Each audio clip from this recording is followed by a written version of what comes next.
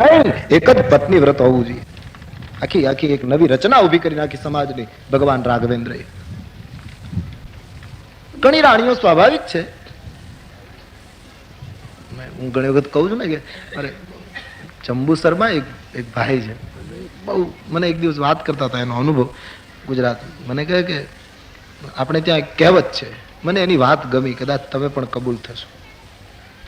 એમણે એમ કહ્યું કે આપણે ત્યાં કહેવત છે, જ્યાં ન પહોંચે રવિ ત્યાં પહોંચે કવિ, સૂરજ ન પહોંચે ત્યાં કવિની કલ્પના પહોંચે. એટલે મેં કીધું બરાબર. પછી એણે કહ્યું કે જ્યાં ન પહોંચે કવિ ત્યાં પહોંચે અનુભવી. આ તો એક પ્રચલિત ઉક્તિ છે. એક વાક્ય એણે વધાર્યું જે આના અનુભવનું હતું. જ્યાં ન પહોંચે રવિ ત્યાં પહોંચે કવિ, જ્યાં ન પહોંચે કવિ ત્યાં પહોંચે અનુભવી, અને જ્યાં ન પહોંચે અનુભવી ત્યાં પહોંચે નવી. એને બિચારાએ બીજું લગ્ન કરેલું ને હેરાન થઈ ગયેલો, એટલે એના અનુભવમાંથી નીકળેલું આ વાક્ય કે જ્યાં અનુભવી ન પહોંચે ત્યાં પછી બીજું લગ્ન થયું હોય એ પહોંચે. ને હકીકત ત્યારે ઘણી રાણીઓ જે કાળમાં રિવાજ હશે ત્યાં સ્વાભાવિક કોઈને કોઈ નિરાશ થવાનું, એટલે કોપ ભુવન એવું એક સ્થાન રાખવામાં આવતું હશે. અને અથવા તો બીજા અર્થમાં જોઈએ તો કઈ કૂપ ભુવન બાંધવા ન પડે. માનવીના વિચારમાં સમર્પણની જગ્યાએ જયારે સ્વાર્થ આવે ત્યારે મંદિર જેવા મકાનો એ કોપ ભુવન થઈ જાય. સ્વાર્થ આવે, બસ લોભ આવે, સંસ્કાર જતા રહે, ત્યાગની ભાવના જતી રહે, જતું કરવાની ભાવના જતી રહે, ત્યારે ગમે તેવા મકાનો એ કોપ ભુવન થઈ જાય. શું ખોટું?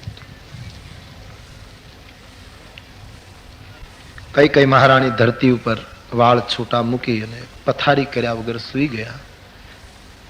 પ્રતીક્ષા કરે છે મહારાજ આવે. અયોધ્યામાં તો શું આજ ખુશી છે, કયા શબ્દોમાં થશે રામજી રાજા ને અમારી મહારાણી સીતા. ગીતો ગવાય છે. એનું મજમુદારે બહુ સરસ લખ્યું. ગલી ગલીમાં લોકો ટોળે ટોળા નીકળે, વાજિંત્રો વાગે, થશે રામજી રાજા ને અમારી મહારાણી સીતા. કાલ રામ રાજા થશે, જાનકીજી મહારાણી થશે, અમે ધન્ય બની જઈશું. કાલ હવે ક્યારે થાય? રાત્રિ ગમિષ્યતિ ભવિષ્યતિ સુપ્રભાતમ અને ભાસ્વાનુદેશ્યતિ હસિષ્યતિ પંકજશ્રી પણ યથમ વિચારયતિ કોશ ગતે દ્વિરેફે પણ હા હંત હંત નલિની ગજ ઉજ્જહાર. ભમર કમળના ફૂલ ઉપર બેસે, સૂરજ ડૂબવાની તૈયારી, કમળની પાંખડીઓ બીડાવા લાગે અને કમળ પોતાની ભાષામાં ભંવરને કહે ઉડી જા, અમે બીડાઈ જઈએ છીએ, તું અંદર કેદ થઈ જઈશ. બોલે નહીં, હું નહીં ઉડું. અને કમળ બીડાઈ ગયું. ભંવરને ઘણું કીધું કે તું ઉડી જા, છતાં ભંવરે કહ્યું નહીં, હું બીડાય, તું ભલે બીડાઈ જા, ભલે હું બંધનમાં આવું, પણ બોલે બંધનમાં દુઃખી થઈશ. કહ્યું કે નહીં, કાલ સવાર પાછી થશે, સૂરજ ઉગશે, તું પાછું ખીલીશ, હું બહાર નીકળીશ, હું ગુંજાર કરીશ અને તારી શ્રીને પ્રાપ્ત કરી શકીશ. પણ આમ પ્રતીક્ષા કરતો ભંવર અંદર પુરાયેલો છે.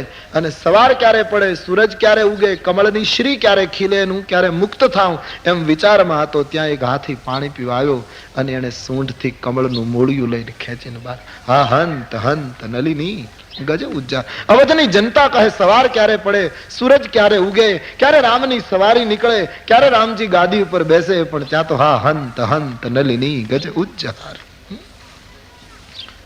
અવધનું દૈવર ઉઠ્યું. આજે વાજિંત્રો વાગે છે. સાંજ પડી ગઈ. મહારાજ દશરથજી બધી જ તૈયારીઓને છેલ્લો ઓપ આપી દીધો. હવે કેવલ રાત પૂરી થાય એટલી જ પ્રતીક્ષા. અને મહારાજ દશરથજી અચાનક ખબર આપવા માટે હવે કૈકેયીના મહેલ તરફ ઉપડ્યા. ત્યારે આનંદ ક્યાંય સમાતો નથી. સાનંદ નૃપ ગયે કૈકેયી ગયે. કૈકેયીના ભવનમાં પ્રવેશ. રાણીને કહીશ કાલે રામનો રાજ્યાભિષેક, મારી મહારાણી કેટલી ખુશ થશે. કૈકેયીના ભવનમાં પ્રવેશ, રાજવીનો પ્રેમ. અને મંથરાએ પ્રણામ કર્યા. જય જીવ. અવધેશે પૂછ્યું, મંથરી રાણી ક્યાં છે? બોલે મહારાજ કોપ ભુવનમાં છે. કોપ ભુવનમાં? બોલે હા પ્રભુ, કઈ રાણીઓ હૃદયની વાત અમને થોડી કરે. હું તો સવારથી છું અહીંયા, મારી સાથે કઈ બોલતા નથી, પોતે જમ્યા નથી, હું જમી શકી નથી. ખબર નહીં મન કઈ ઉદાસ થયું, નારાજ થયા છે, કઈ ખોટું લાગ્યું છે. કોપ ભુવનમાં છે. અચ્છા હુઆ આપ આ ગયે, આપ જાઓ કોપ ભુવન. મંથરાએ મહારાજને કોપ ભુવન બતાવ્યો. માની ત્યાં જવાની વાત કહી. મહારાજ દશરથજી જયારે મંથરાના મુખમાંથી સાંભળે છે કે કઈ રીસાઈ અને કોપ ભુવનમાં છે, તુલસીદાસજી બહુ સરસ લખ્યું. દશરથજી ઉભા રહી ગયા. કોપ ભુવન એ જે ઉભા રહી ગયા, ધ્રુજી ગયા, આગળ પગલું ન મૂકી શક્યા, એ તુલસીદાસજીને ન ગયું. તુલસી તો ત્યાગી સંત છે ને, એટલે સીધી આલોચના કરી નાખી કે સુરપતિ બસહી બાહુબલ જાકે. ઇન્દ્રને મુશ્કેલી પડે ત્યારે ઇન્દ્ર સંદેશ મોકલે સ્વર્ગમાંથી કે મહારાજ દશરથજી, હવે તમે આવો, મારું ઇન્દ્રાસન લૂંટાવાની તૈયારી છે, તમે મને મદદ કરો. અને દશરથની ભુજાના બળથી ઇન્દ્ર સલામત રહે. સંસારના એ કાળના સમ્રાટોના મુગુટમણી મહારાજ દશરથજીના પગમાં ઘસાતા હતા. આટલી મહાન વિભૂતિ મહારાજ દશરથ 100 તિયરીસ અતિ ગયેવું સુખાઈ. એક નારી નારાજ થઈ એ શબ્દ સાંભળતા એ આમ સુકાઈ ગયા, સજ્જડ બની ગયા. તુલસીએ પ્રહાર કર્યો, દેખહુ કામ પ્રતાપ બડાઈ. કામનાનો પ્રભાવ તો જુઓ, કેટલી મહાનતા કામના. દશરથજી કાંપી ગયા. એક નારી નારાજ થઈ. આજ દશરથજીમાં થોડી આસક્તિ, થોડી કામના કામ કરે છે. અને સંતોએ બહુ સરસ ખુલાસા કર્યા કે આમાં રામરાજ્ય કેમ થઈ શકે. કામ છૂટે નહીં ત્યાં સુધી રામરાજ્ય થાય જ કેમ? સીધી વાત છે. દશરથજીમાં કામ, કઈ કોપ ભુવનમાં એટલે એનામાં ક્રોધ, અને મંથરામાં લોભ કે ગાદી રામને મળવી જોઈએ, ભરતને મળવી જોઈએ. એટલે કે એક જ મકાનમાં કામ, ક્રોધ અને લોભ ત્રણેય ભેગા થઈ આમાં રામરાજ્ય થઈ જ કેમ શકે? ભૂમિકા જ ખોટી બંધાય. હૃદયમાં ખરેખર આઘાત થઈ ગયો મહારાજને કે રાણી આજ આવા મહત્વના પ્રસંગે કોપ ભુવનમાં હિંમત એકઠી કરીને કોપ ભુવન તરફ ગયા, પણ ભૂમિ શયન પટ મોટ પુરાના, ધરતી ઉપર સૂતા છે, જૂના કપડા, એકદમ વાળ છૂટા છે. અને કઈ નું આ રૂપ જોઈ મહારાજ દશરથજી ખરેખર ધ્રુજી ગયા, નજીક ગયા, હાથથી સ્પર્શ કર્યો છે.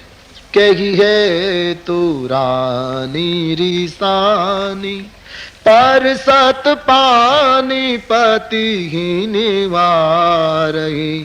કેહી હે તો રાની રિસાની. હાથથી સ્પર્શ કરી રાજવીએ બહુ ભાવથી પૂછ્યું, રાણી તું શું કામ રિસાણી?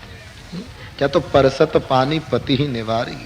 હાથનો સ્પર્શ થયો તો પતિના હાથને ધક્કો માર્યો. એ કઈ ધક્કો માર્યો એ કેવું લાગ્યું? માનહુ સરોષ ભુઅંગ ભામિની.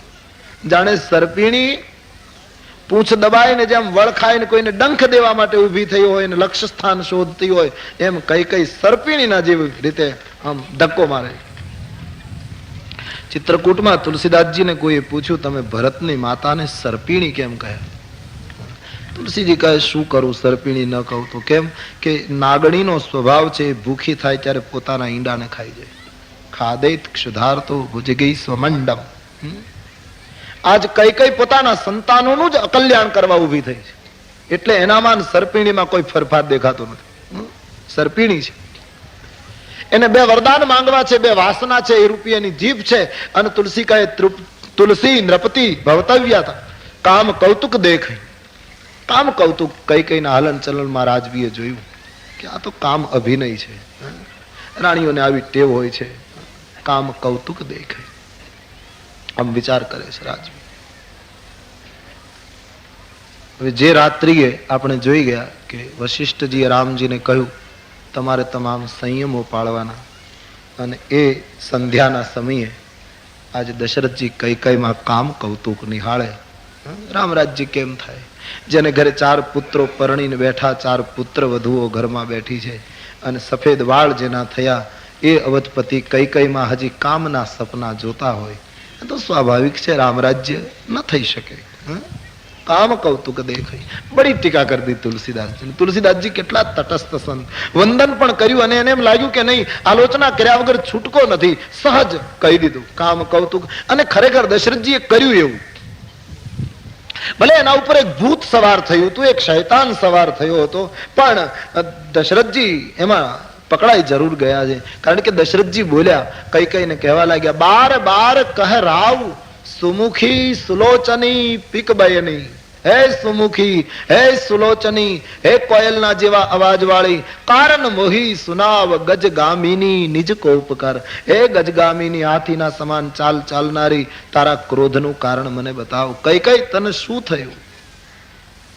આટલી ઉંમરે પોતાની પત્નીની સાથે પુરુષ આવા વિશેષણો વાપરે. હે ચંદ્રમુખી, હે કોકિલ કંઠી, કેમ શોભે? સફેદ વાળ થઈ ગયા પછી રાજવી બોલ્યા છે. એટલું જ નહીં, એના કરતા આગળ ગયા, કહો કહી રંગ કહી કરો નરેશું.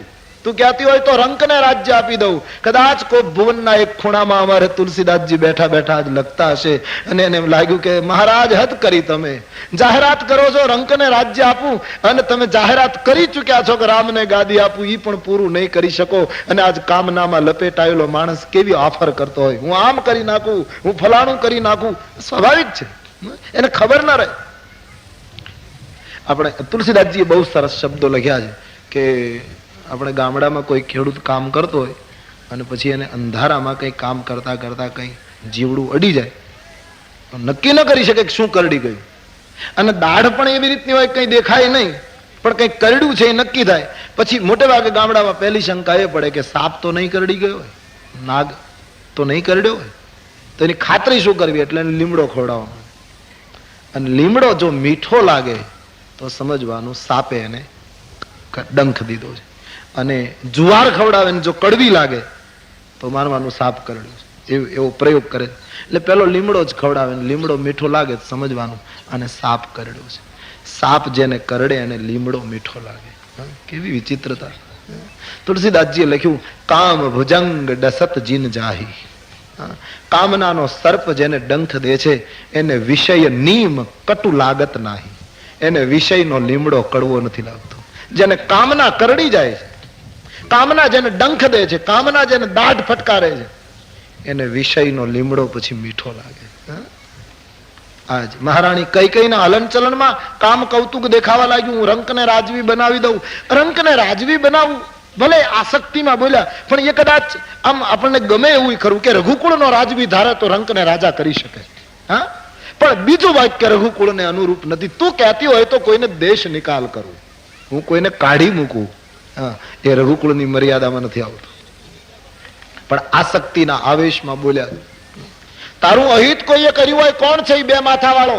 માથું ઉતારી લઉં. અને આટલેથી અટકે તોય ચિંતા નહીં, પણ પ્રિયા પ્રાણ સુત સર્બસ તો, મારો પ્રાણ, મારા પુત્રો અને મારું બધું, હે પ્રિયા તારે આધીન છે, અમે બધા તારા છીએ. અને આટલેથી અટકે તો વાંધો નહીં, પણ રાજવી ત્યાં સુધી બોલી ગયા કે કઈ કઈ તને તો ખબર છે તારો ચહેરો ચંદ્ર છે ને મારું મન ચકોર છે. રામનો ચહેરો ચંદ્ર અને મારું મન ચકોર એમ કીધું હોત આ તો કઈક યોગ્ય ગણાત. પણ મન તવ આનંદ ચંદ્ર ચકોરું. તારો ચહેરો ચંદ્ર, મારું મન ચકોર. બોલ, તને શું થયું? કઈ બોલ્યા નહીં. રાજવીને એમ થયું કઈને ખબર નથી. લાવ મૂળ સમાચાર. આટલો જે પ્રસંગ છે ને, નાનો એવો ટુકડો આસક્તિનો, એ જોતા એમ લાગે છે દશરથજી રામને બિલકુલ ભૂલી ગયા છે. અને રામ જયારે ભૂલાય છે ને ત્યારે જ કામ પરેશાન કરે છે. એ એટલા બધા હર્ષમાં હતા કે રામનું સ્મરણ ચૂકી ગયા છે. એટલે કામના એને પરેશાન. દશરથજી જો કે આમાં બહુ દોષી ન ગણાય, એના ઉપર સવાર થયેલું એક ભૂત એને પરેશાન કરે છે. ભાગવતજીમાં કથા છે, હિરણ્યકશિપુને ભગવાન નરસિંહજીએ મારી નાખ્યો. આંતરડા ગળામાં નાખીને પછી ભાગવતમાં કથા છે, નરસિંહજીનો ક્રોધ ઉતરતો નથી. વૈશાખ શુક્લ 14 વિશાલ રવિ હોત અસ્ત સંધ્યાય કાલ થર હરિય થંભ પરયો દરાર. જેમ થંભ તૂટ્યો ને ભગવાન નીકળ્યા પછી મારી નાખ્યો હિરણ્યકશિપુને. પછી એ જે નરસિંહનો ક્રોધ સ્તુતિ કરી કરીને દેવતાઓ થાકી ગયા, ઉતરતો જ નથી. પછી દેવતાઓએ લક્ષ્મીજીને કહ્યું કે તમે પત્ની છો, તમે જાઓ ને તમને જોઈને જો ક્રોધ ઉતરે તો. કારણ કે ઘણા પતિઓના ક્રોધ પત્નીને જોયા પછી ઉતરતા હોય છે, અને એ દેવતાઓ એના અનુભવી હશે. એટલે લક્ષ્મીજીને કહ્યું તમે જાઓ. જ્યારે લક્ષ્મીજીએ કહ્યું મેં ઘણા રૂપ જોયા છે પણ આ રૂપ મેં પહેલી વાર જોયું છે, એટલે હું આમાં આગળ વધીશ નહીં. લક્ષ્મીજીએ ના પાડી. દેવતાઓએ પ્રહલાદને પ્રાર્થના કરી કે તમે પ્રાર્થના કરો તો ક્રોધ ઉતરે. અને પછી જ્યારે પ્રહલાદે પ્રાર્થના, બહુ સરસ લખ્યું છે, નરસિંહજી પ્રહલાદને નજીક બોલાવી જીભથી ચાટે છે. પ્રહલાદની પીઠને, પ્રહલાદની છાતીને પ્રભુ જીભથી ચાટે છે, પ્યાર કરે છે. સિંહનું સ્વરૂપ છે. માંગ, પ્રહલાદ માંગ. ક્રોધ ઉતરી ગયો. શું આપ? પ્રહલાદે કહ્યું મહારાજ તમે મને માંગવાનું કહો છો એનો અર્થ એમ થાય કે તમે મને રાજી કરવા માંગો છો. નહીતર તો ખરેખર મારે આપવું જોઈએ, કારણ કે તમે મારા પિતાને મારી નાખ્યો જે મને દુઃખ દેતા હતા, અને મારું કામ તમે મહત્વનું કર્યું કહેવાય, એટલે મારે તમને કંઈક આપવું જોઈએ કે તમે મારું કામ પૂરું કર્યું, મને દુઃખમાં. પણ તમે મને માંગવાનું કહો છો તો મહારાજ તમે મને ખુશ કરવા માંગો છો, કારણ કે આમાં કંઈક ખોટું થયું હોય એવું લાગે. બોલે ખોટું કેમ? કે પ્રભુ એક પ્રશ્ન પૂછ્યું. ભક્ત છે ને બહુ સરસ ટાણ લે છે. શું? કે ભગવાન તમે મારા પિતાને શું કામ માર્યા? પ્રહલાદ પ્રશ્ન પૂછે. બોલે તારો પિતા તને દુઃખ દેતો હતો, બરાબર. મારા પિતાજી મને દુઃખ શું કામ દેતા હતા એનું કારણ કહ્યું, તું હરિનું સ્મરણ કરતો હતો. એટલે એનો અર્થ એમ થયો ભગવાન કે મારા પિતાને હરિનું સ્મરણ ગમતું નહોતું, તમારું સ્મરણ ગમતું નહોતું, હું લેતો હતો એટલે એને મને દુઃખ દેવાનું શરૂ કર્યું. પણ પ્રભુ એક ત્રીજો પ્રશ્ન પૂછું, મારા પિતા તમારું સ્મરણ શું કામ નહોતા કરતા, એનું કારણ શું? કયું તત્વ એને અટકાવતું હતું સ્મરણ કરવામાં? બોલે એ અહંકારી હતો, એને અભિમાન અટકાવતું. તો પ્રભુ તમારે અભિમાન તોડવાની જરૂર હતી, મારા પિતાને શું કામ માર્યા? જે વસ્તુ એને સ્મરણ કરતા અટકાવતી હતી એ દુર્ગુણને મારવાની જરૂર હતી. મારા પિતાને મહારાજ તમે ઉતાવળમાં આવેશમાં કદાચ મારા પિતાને મારી નાખ્યા ને પછી મને રાજી કરવા માટે જ નથી કહેતા ને માંગ માંગ. અભિમાન મારવો જોઈતો હતો, એના માનસ ઉપર અભિમાન સવાર થયો. રામજી રાવણને માર્યા પછી વિભીષણને કહે જ છે ને, જયારે શિયાળ અને કૂતરાને ખાવા માટે રાવણનું શબ છૂટું થયું ત્યારે રામજીએ ના પાડી દીધી. વિભીષણને કહ્યું નહીં, રાવણનું શરીર શિયાળ અને કૂતરા માટે ન હોય. કેમ? મારે રાવણને નહોતો મારવો, મારે તો એનામાં રહેલા વિકારોને સમાપ્ત. મને રાવણના શરીર સાથે શું તકલીફ છે? જે બુરાઈને મારવાની હતી એનો અંત આવી ગયો. રાવણના શરીર એક શિવ ભક્ત છે. વિભીષણ તારા ભાઈના શરીરનો સંસ્કાર કર. શું સદગુણની ધજા લંકા સુધી ફરકાવી આ પુરુષે. રાવણને માર્યા પછી કહ્યું નહીં, એને ધૂળમાં આળોટવા ન દેવાય. ના પાડે છે રામજી.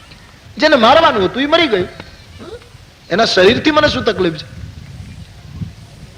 એક ભૂત શૈતાન જે સવાર થાય છે એ માણસને પરેશાન. આજ દશરથજીના માનસ ઉપર કામના સવાર થઈ છે, કારણ કે રામને ભૂલી ગયા છે. ઓચિંતા રામ સ્મરણ થયું અને કઈને કહેવા લાગ્યા, ભામિની ભયવું તોર મન ભાવા. હે ભામિની તારા મનની ઈચ્છા પૂરી થાય એવું થયું. ઘરે ઘરે વાજિંત્રો વાગે, લોકો જય જયકાર કરે. બોલે શું? આવતીકાલે રાઘવનો રાજ્યાભિષેક છે, માંગ તને શું આપું? જલ્દી અલંકાર પહેરે, વસ્ત્રો ધારણ કરે, મહેલને શણગારે. કાલે આપણો રાઘવ ગાદી ઉપર બેસે છે. બોલતા બોલતા રાજવીના નેત્રો પાણીથી ભરાયા છે. કઈ જલ્દી શ્રૃંગાર સજેના, કાલે આપણા રામનો રાજ્યાભિષેક. સમાચાર મળતા કઈમાં કોઈ પરિવર્તન ન થયું. નજીક ગયા, એમને બોલવા જ લાગ્યા. હા મને ખબર છે આવા મહત્વના પ્રસંગો હોય ને ત્યારે રાણીઓને હઠ કરવાની આદત હોય છે. હા કઈ કાલે રામનો રાજ્યાભિષેક છે, માંગ તને શું આપું? તું જે માંગે તે આપું. કઈ કાલે રાઘવ ગાદી ઉપર બેસશે, અમારી જાનકી, આપણી જાનકી અવધની મહારાણી બનશે. બોલના. એ વખતે કઈ બોલ્યા કે માંગ તમે અનેક વાર કહ્યું, પણ કબહુ ન દેહું ન લેવું. ક્યારે દેવું લેવું તો છે નહીં. મારા 2 વરદાન લેણા છે એ પણ મળશે કેમ ભગવાન જાણે. તમારે તો ખાલી વાત જ કરવી છે, ક્યારે આપવું થોડું જ. દશરથજી હસી પડ્યા. કહો 2 વરદાન ભૂતકાળના જે તે થાપણ રાખેલા માંગ્યા નહીં, એમાં હું શું કરું? તે થાપણ રાખીને માંગ્યા નહીં એ તારી ભૂલ છે. મારો ભોળો સ્વભાવ, આટલી મોટી પ્રવૃત્તિ એમાં હું ભૂલી ગયો. થાતી રાખી ન માંગે હું કાવું, બિસરી ગયું મોર ભોર સ્વભાવ. મારો ભોળો સ્વભાવ હું ભૂલી ગયો. કાલે રામનો રાજ્યાભિષેક, 2 ને બદલે 4 માંગી લે. કઈ આપણે તો રઘુવંશી છીએ, રઘુકુળના માણસો છીએ. 2 ને બદલે વરદાન માટે આટલું બધું નાટક? તને તો ખબર છે આ સત્ય સંઘનું કુળ છે. 2 ને બદલે 4 માંગ.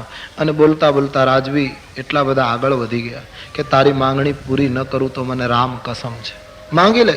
રઘુકુલ રીતિ સદા ચલી આઈ, રઘુકુલ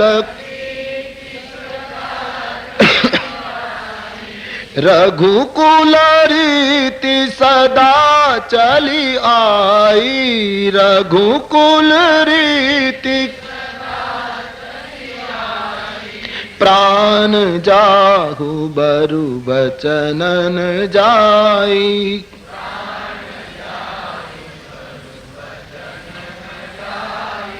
प्राण जाहु बरु बचन न जाई।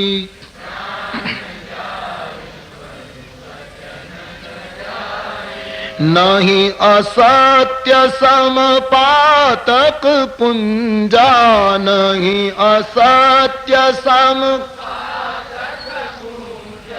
नहीं असत्य सम पातक पुंजा, नहीं असत्य सम गिरि सम होहि कि कोटि क गुंजा, गिरि सम होहि कि कोटि क गुंजा, गिरि सम होहि कि कोटि क गुंजा, गिरि सम होहि कि कोटि। વિશ્વ પ્રસિદ્ધ ચોપાઈ તુલસીદાસજીએ આ પ્રસંગમાં અવધેશના મુખમાં મૂકી છે. રઘુકુલ રીતિ સદા ચલી આવી. કઈ કઈ આપણા રઘુકુળની પરંપરા છે કે રઘુવંશીનો પ્રાણ જાય પણ વચન ન જાય. માટે બે ને બદલે ચાર માંગ, રામની દુહાઈ ખાઈને કહું છું. અને કઈ કઈ તને તો ખબર છે જગતમાં અસત્ય જેવું કોઈ પાપ નથી. ગમે તેટલી ચળોઠી કઈ કઈ ભેગી કરવામાં આવે પણ એ પર્વત ન બને, એ ડુંગર ન થઈ શકે. ગમે તેટલા નાના મોટા પાપ ભેગા થાય પણ અસત્યની તોલે ન આવે. માટે રાણી આ કુળની આ પરંપરા માટે માંગ બે ને બદલે ચાર કુળની પરંપરાની ઘોષણા કરી છે. કેટલું મહાન કુળ ગણાય જ્યાં અસત્ય માટે આવી વ્યાખ્યા હતી. મેં તો સાંભળ્યું છે કે રઘુકુળમાં બાળકનો જન્મ થાય ત્યારે કડક સૂચના આપવામાં આવતી હતી કે બાળક જ્યારે પારણામાં સૂતું હોય અને એ બાળકની માતા કંઈ કામ, કોઈ રાણી કંઈ કામમાં હોય ને બાળક ઓચિંતા જાગે અને જો રુદન કરવા માંડે તો દાસીઓને કડક સૂચના હતી કે બાળકને શાંત કરવા માટે તમારે દોરી ખેંચવાની, પારણું ઝુલાવવાનું, પણ એ વખતે જે હાલરડું બોલવાનું એમાં બીજું કંઈ નહીં બોલવાનું, આટલું જ બોલવાનું. નહીં અસત્ય સમપાતક પુંજા, નહીં અસત્ય સમપાતક. પારણું દોરી ખેંચતા ખેંચતા અડધી ચોપાઈ ગવાતી હતી અને બાળક દૂધ પીતું હોય ત્યારથી એના માનસમાં ગોઠવાતું હતું કે અસત્ય જેવું પાપ નથી, અસત્ય જેવું. અને એમાંથી આ મહાપુરુષો ઉભા થયા છે. એ કુળ છે કઈ કઈ માંગી લે. રામ શપથ જ્યારે બોલ્યા કઈ કઈને ખાતરી થઈ ગઈ કે હવે વચન ભ્રષ્ટ થઈ શકશે નહીં. મહારાજ દશરથજી ચૂપચાપ ઉભા છે અને કઈ કઈ હવે શણગાર સજે છે. ભૂષણ સજતી બિલો કી મૃગ મન હું કિરાતી નિફંદ. ભીલડી જામ મૃગલાને ફાસલો નાખવા માટે જેમ શણગાર સજતી હોય એમ કઈ કઈ હવે તુલસીદાસજી કહે શણગાર સજવા લાગ્યા. પણ મહાત્માઓ બહુ સરસ કહે કે કઈ કઈ જ્યારે શણગાર સજતા હતા કોઈને ખબર નહોતી. એ કઈ કઈની જે શણગાર સજવાની રીત છે એ બીજા અર્થમાં જોઈએ તો ભગવતી સીતાજીના શણગાર ઉતરતા હતા. જેને આવતીકાલે શ્રૃંગાર સજવાના હતા એ જાનકીનું એક એક ઘરેણું અંગ ઉપરથી ઉતરવા માંડ્યું અને કઈ કઈના શરીર ઉપર ઘરેણાઓ ચડવા માંડ્યા. તુલસીદાસજી બહુ નારાજ થઈ ગયા કઈ કઈ ઉપર આ પ્રસંગ. તુલસીદાસજીને હવે કઈ કઈ ભીલડી જ દેખાય છે. કારણ કે તુલસીને એમ જ લાગે છે કે રામ અવધમાંથી નીકળી જાય તો અયોધ્યા જંગલ જ છે ને જંગલમાં કઈ ભીલડી સિવાય બીજું કોઈ હોય નહીં. એટલે એ ભીલડી જ કહે છે. કઈ કઈ શણગાર સજી લીધા, તૈયાર થયા. મહારાજ દશરથજીની નજીક ગયા. તુલસીજીએ લખ્યું ભૂપ મનોરથ સુભગ બન સુખ સુબિહંગ સમાજ બિલ્લની જનુ છાંડન ચહિત બચન ભયંકર બાજ. વચન રૂપી બાજ પંખી છોડવા માટે કઈ કઈ તૈયાર. મહારાજની નિકટ જઈ અવધેશને ખબર નથી કેટલા મનોરથ એક પિતાના માનસમાં છે રામ રાજ્યાભિષેકના. ખબર નથી શું થવાનું છે. અને કઈ કઈ મહારાજની નિકટ આવી અને પોતાના મુખમાંથી શબ્દો કાઢ્યા. જે શબ્દોએ આખી અવધને 14 વર્ષ સુધી રુદન કરાયું. અને મહારાણી કઈ કઈ બોલ્યા સુનહુ પ્રાણ પ્રિય भावत जी का देहु एक बर भरत ही टीका दूसर बर मांगहु कर जोरी पुरबहु नाथ मनोरथ मोरी. सुनहु प्राण प्रिय. દશરથજીને કઈ કઈ પ્રાણ પ્રિય શબ્દ કહે. તુલસીદાસજીએ કઈ કઈને ભીલડીની ઉપમા આપી છે, પેલા સર્પિણીની ઉપમા આપી છે. અને સર્પિણી આપણી પાસે આવે નાગણી અને એને વાચા ફૂટે ને એમ કહે કે તમે મને પ્રાણ કરતા વાલા છો, જરા પગે અડવા દો, તો એનો પ્રાણ પ્રિય શબ્દ કેટલો ખોટો પડે. તુલસીદાસજીએ તો અરણ્યકાંડમાં મનાય જ કરી, નવની નીચ કી અતિ દુઃખદાયી, જીમી અંકુશ ધનુ ઉરગ બિલાઈ, ભયદાયક ખલ કે પ્રિય બાની, જીમી અકાલ કે કુસુમ ભવાની. કઈ કઈ કહે હે પ્રાણ પ્રિય. સીધી વાત છે ભાઈ, સ્વાર્થ પેદા થાય છે ત્યારે લોકો આવા શબ્દો વાપરે છે, અને સ્વાર્થ જતો રહે ત્યારે વળી પાછા સંબોધનો ફેરવી નાખે. આ તો જગતનો નિયમ છે, કાંઈ નક્કી નહીં. કેટલાય આગળ વિશેષણ લગાડતા હોય, સ્વાર્થ હોય ત્યારે સ્વાર્થ જતો રહે બધું કાઢી નાખે, ખાલી શ્રી જ રાખે છે. આવું લોકોનું છે. નહીતર કેટલું લાગે એવું લાગે ત્યારે કાઢી. સમાજનું કઈ નક્કી જ નહીં. આ લોકના સાગર મહી કોઈ નાવથી તરશો નહીં, અને દુનિયા તણા દો રંગ ના ધોખા કદી દર્શો. જગતનું શું નક્કી ભાઈ? આજ હા પાડે, કાલ ના પાડે, શું બોલે એ કઈ નિર્ણય નહીં. ગાદી ઉપરથી નીચે ઉતરી અને કોઈ માણસ મળે, 1 રૂપિયો આપો ને આમ છે ને, ખરેખર ખિસ્સામાં રૂપિયો એને આપણે આપી દઈએ તો પછી તો 5 મહિના સુધી વાતો કરે. રૂપિયો આપી દીધો, પૂરો ત્યાગ. પણ કદાચ બીજી વખત મળે ને તે વખતે રૂપિયો ન હોય ને આપણે એમ કઈક નથી તો બસ બધું બોલવાનું જ છે, બાકી કઈ આપવા બાપવાનું તાવ ચક્કર ફેરવી નાખે. આ લોકો કઈ નક્કી નહીં. લોકોને સાગર કયો છે, સાવ સાચી વાત છે. આજ આમ બોલે, કાલ આમ બોલે, શું નક્કી? નથી પહોંચાતું સમાજ. સમાજ પહેલેથી આમ કરતો આવ્યો છે. હા, એને ન પહોંચી શકાય. જેનું ભજન વધે એનાથી તટસ્થ થઈ જાય બસ. બાકી તો આપણે ત્યાં વિદેશમાં એક મોટા ધર્મગુરુનું પ્રવચન થવાનું હતું. પછી 3 મહિના પહેલા એની જાહેરાત થઈ કે આ મોટા ધર્મગુરુનું પ્રવચન, અને એમ કહેવાય કે એનું પ્રવચન જ્યારે હોય ત્યારે 2-3 લાખ માણસો ભેગા થાય. આટલો મોટો માણસ, મોટો ધર્મગુરુ. 3 મહિના પહેલા જાહેરાત, મોટું ગ્રાઉન્ડ તૈયાર થયેલું, 2-3 લાખ માણસો ભેગા થાય એટલી મોટી સભા, અને 3 કલાકનું પ્રવચન આ માણસ 3 મહિના પહેલા નક્કી કરીને લખીને તૈયાર કરેલું સભાજનોને સંબોધવા માટે. મોટો ધર્મગુરુ. 3 મહિનાથી જાહેરાત હતી. જ્યારે પ્રવચનનો દિવસ હતો ત્યારે એ ધર્મગુરુ સ્ટેજ ઉપર આવ્યા ત્યારે સભામાં એક જ માણસ, આખું મેદાન ખાલી, કેટલા લાઉડ સ્પીકરો બાંધેલા ને કેટલું મોટું તૈયારી, અને શ્રોતા એક જ, બાકીના બધા આયોજકો નીચું જોઈ ગયા કે આજે કોઈ સાંભળવા જ આવ્યું નહીં. આ બાપજીનું નામ પડે ત્યાં 1-2 લાખ માણસો ભેગા થાય, અને 3 મહિના પહેલા જાહેરાત છતાં કોઈ માણસ નહીં.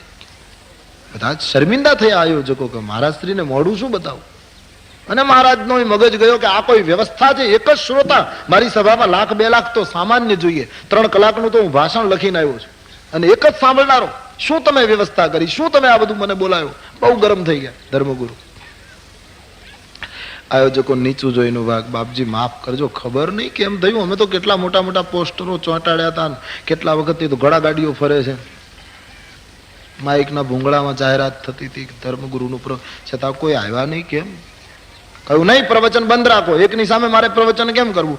અને સ્વાભાવિક હતું, આયોજકોએ નિર્ણય લઈ જ લીધેલો કે આમાં પ્રવચન થઈ શકે નહીં. બાપજી અમે ખૂબ શર્મિંદા છીએ, અમને માફ કરજો, આપને પરિશ્રમ થયો. એ જે ધર્મગુરુ હતા એ સ્ટેજ ઉપરથી નીચે ઉતરવા ગયા. પેલો જે એક માણસ સાંભળવા આવ્યો હતો એ ગામડેથી આવેલો ખેડૂત હતો. એમણે સાંભળેલું, એમના હૃદયમાં શ્રદ્ધા કે બાપજીને સાંભળવું, ઘણા વખતથી નામ સાંભળતો છે. બિચારો આવેલો, તારીખ યાદ રાખેલી, ક્યારે તારીખ આવે નહીં. તારીખ આવી એટલે સમયસર પહોંચી ગયો, અને એમાં પ્રવચન બંધ રહ્યું. એ સીધો ઊભો થઈને બાપજી જ્યાંથી નીચે ઉતરતા હતા ત્યાં ગયો. કારણ કે નહીતર તો આ માણસને મળવું બહુ મુશ્કેલી, પણ સભામાં કોઈ હતું જ નહીં એટલે મળવું બહુ સહેલું થઈ ગયું. એટલે પેલો એકદમ પગથિયા પાસે ઉભેલો, ધર્મગુરુ નીચે ઉતર્યા એટલે કહું, બાપજી પ્રણામ. બાપજી આજે પ્રવચન નહીં આપો આપ? અરે બોલે કેમ પ્રવચન આપે? 2-3 લાખ માણસો જોઈએ. 3 કલાકનું પ્રવચન લખીને આવ્યો છું, 3 મહિનાથી પ્રયાસ, કેટલા મુદ્દા ટાંક્યા છે આમાં, અને એક માણસની સામે ભાષણ. તો બરાબર બાપજી, પણ હવે એક પણ હું આટલી શ્રદ્ધા લઈને આવ્યો છું. કેટલા વખતથી તો વાંચીને મેં તારીખ ટપકાવી રાખેલી, આજે એ દિવસ આવ્યો અને તમે પ્રવચન ના આપો, કેટલી લાગણી લઈને આવ્યો છું. અરે બોલે પણ એક જણની સામે પ્રવચન કેમ આપ? તો આપ તો સંત છો, વધારે હોય કે ઓછા હોય, તમારે શું, તમારે તો ભાષણ કરવું છે. બોલે નહીં, કહું તો આપ સ્વતંત્ર છો, નિર્ણય તો આપે કરવાનો, બોલવું ન બોલવું. બાકી બાપજી અમે તો બીજું કઈ ન જાણીએ. બોલે 2 લાખ માણસ હોય તો જ પ્રવચન, એક માણસની સામે. કહું એની સામે મારાથી બીજી તો દલીલ ન થાય. પેલો ખેડૂત કહે બાપજી પણ અમે તો ખેતી કરનારા માણસો એટલું સમજીએ કે 300 ગાયને નાખવા માટે ઘાસ ભેગું કર્યું હોય, નિર્ણય કર્યો હોય ગામને જાપે 300 ગાયને ઘાસ નાખવું છે, અને એમાં અપેક્ષા રાખી હોય 300 ગાયની, પણ 300 ગાય ન આવી હોય ને એક જ આવી હોય તો અમે લાકડી મારીને કાઢી ન મૂકીએ, એક તો એક પણ ઘાસ નાખીએ. પછી એવી દલીલ ન કરીએ કે આ 300 ગાયનું ઘાસ છે ને તું એક જ કેમ આવી, તને નહીં ખાવા દઈ. એક તો એક ઘાસ નાખવું જોઈએ, કમસે કમ એ ભૂખી છે. 2 લાખ ના આવ્યા તો હું એક આવ્યો. એટલે મહાત્માને જરા અસર થઈ કે આ માણસે મને પકડ્યો, હવે જો ભાષણ નહીં કરું તો આ મારી ખોટી જાહેરાત કરશે કે એમને તો વળી 2 લાખ માણસ હોય તો જ બોલે ને એક જણ તો ધ્યાનમાં નથી આવતું. એટલે કહું ચાલ બેસ, કહી દઉં. અને એમ કે એક જણની સામે હું ભાષણ કરીશ ને તો આ વધારે મારી પ્રશંસા કરે છે. બાપજીના મનમાં તો એવું કઈ છે જ નહીં, તો એક હોય તોય ભલે ને, લાખ હોય તોય ભલે ને, વધારે મારા વખાણ સમાજમાં થશે ને મારી પ્રતિષ્ઠા. એટલે મહારાજ એકદમ પાછા સ્ટેજ ઉપર પેલા ને કહ્યું બેસ, અને એક માણસની સામે 3 કલાકનું ભાષણ વાંચ્યું. 3 કલાકમાં પેલો ત્રાસી ગયો ખેડૂત. ભાષણ પૂરું કરીને બાપજીને એમ કે હવે તો મારી વાહ વાહ બોલાઈ જશે. જ્યાં નીચે ઉતરવા ગયા ત્યાં ખેડૂતે પાછું પગે લાગીને કહ્યું બાપજી માફ કરજો, 300 ગાયનું ઘાસ એક ગાયને ન નંખાય, એટલો તો વિચાર કરવો છે. આ બધો ઢગલો મારા એકલા ઉપર. આ 5 મિનિટ હોય, 10 મિનિટ હોય, 2 લાખ હોય ને તમે 3 કલાક બોલો એ બરાબર, પણ એક ગાય ને બધું ઘાસ. પેલો ધર્મગુરુ માથા ઉપર હાથ પછાડીને કે લોકોને પહોંચાય નહીં, આ તો બોલીએ તોય તકલીફ, ન બોલીએ તોય તકલીફ. લોકના સાગરમાં કોઈ નાવથી તરશો નહીં, અને દુનિયા તણા દો રંગના ધોખા કદી ધરશો. જગત છે, ક્યારે સંબોધન ફેરવી નાખે શું ખબર. આપણે બધા જ જાણીએ, થોડા સમય 2-3 વર્ષ પહેલા આ દેશમાં જે બધા મોટા ઉપરથી જે ઇલકાબો અપાતા હતા એ બધા પાછા ખેંચી લીધા હતા. પદ્મશ્રી, પદ્મભૂષણ ને બધા જેને જેને મળ્યા હતા, ભારત રત્ન સુધી બધા જ કાઢી નાખ્યા ઇલકાબો. અને આ થોડા સમય પહેલા જ્યાં પાછું ફર્યું એટલે વળી પાછું બધું અપાવવા માંડ્યું. ક્યારે લઈ લે ને ક્યારે પદ્મશ્રી બનાવે સમાજનું કાંઈ નક્કી નહીં. સમાજના સ્ટેજ બદલતા રહે, ક્યારે સન્માન આપે ક્યારે લઈ લે, જગતનો નિયમ છે. સુનહુ પ્રાણ પ્રિય, હે પ્રાણપતિ, આપ મારા હૃદયની ઈચ્છા પૂરી કરશો મને ખાતરી છે. પહેલું વરદાન. કઈ કેટલી હોશિયાર છે, એમણે પહેલી માંગણી રામ વનવાસની ન કરી. એમને એમ કે રામ વનવાસ હું બોલીશ ના તો મહારાજને એટલો આઘાત થશે કે કદાચ પ્રાણ છૂટી જાય, અને આઘાતમાં પ્રાણ છૂટે તો ભરતના રાજ્યાભિષેકની વાત એમને અધૂરી રહી જશે. માટે પહેલા રાજ્યાભિષેક પાકો કરી લઉં અને પછી બીજા વરદાનમાં જે અસર થવી હોય તે થાય. એટલે પહેલી માંગણી કરી, હે પ્રાણ પ્રિય, હૃદયની વાતને સ્વીકારનારા, મારી પહેલી માંગણી છે આવતીકાલે સૂર્યોદય થતા જે ગાદી ઉપર તમારો રામ બેસવાનો છે એને બદલે દેહું એક બર ભરત હિ ટીકા, ભરતનું શાસન સ્થપાય, ગાદી મારા ભરતને મળે. દશરથજી ચૂપ છે. અને બીજું વરદાન હાથ જોડીને આપની પાસે માંગુ છું, મારા મનોરથો આપ પૂરા કરશો. આપે રામના સોગંદ બોલીને વચન આપ્યું છે, રઘુકુળની ગરિમા ગાય છે. અને બીજું વરદાન કૈકેયીના મુખમાંથી નીકળ્યું, તુલસીની કલમ કાપી. તાપસુ બેશ વિશેષ ઉદાસી, તાપસુ તાપસુ બેશ વિશેષ ઉદાસી, તાપસ બેશ 14 બરિસ રામ બનવાસી, 14 બરિસ રામ બન, 14 બરિસ રામ બનવાસી.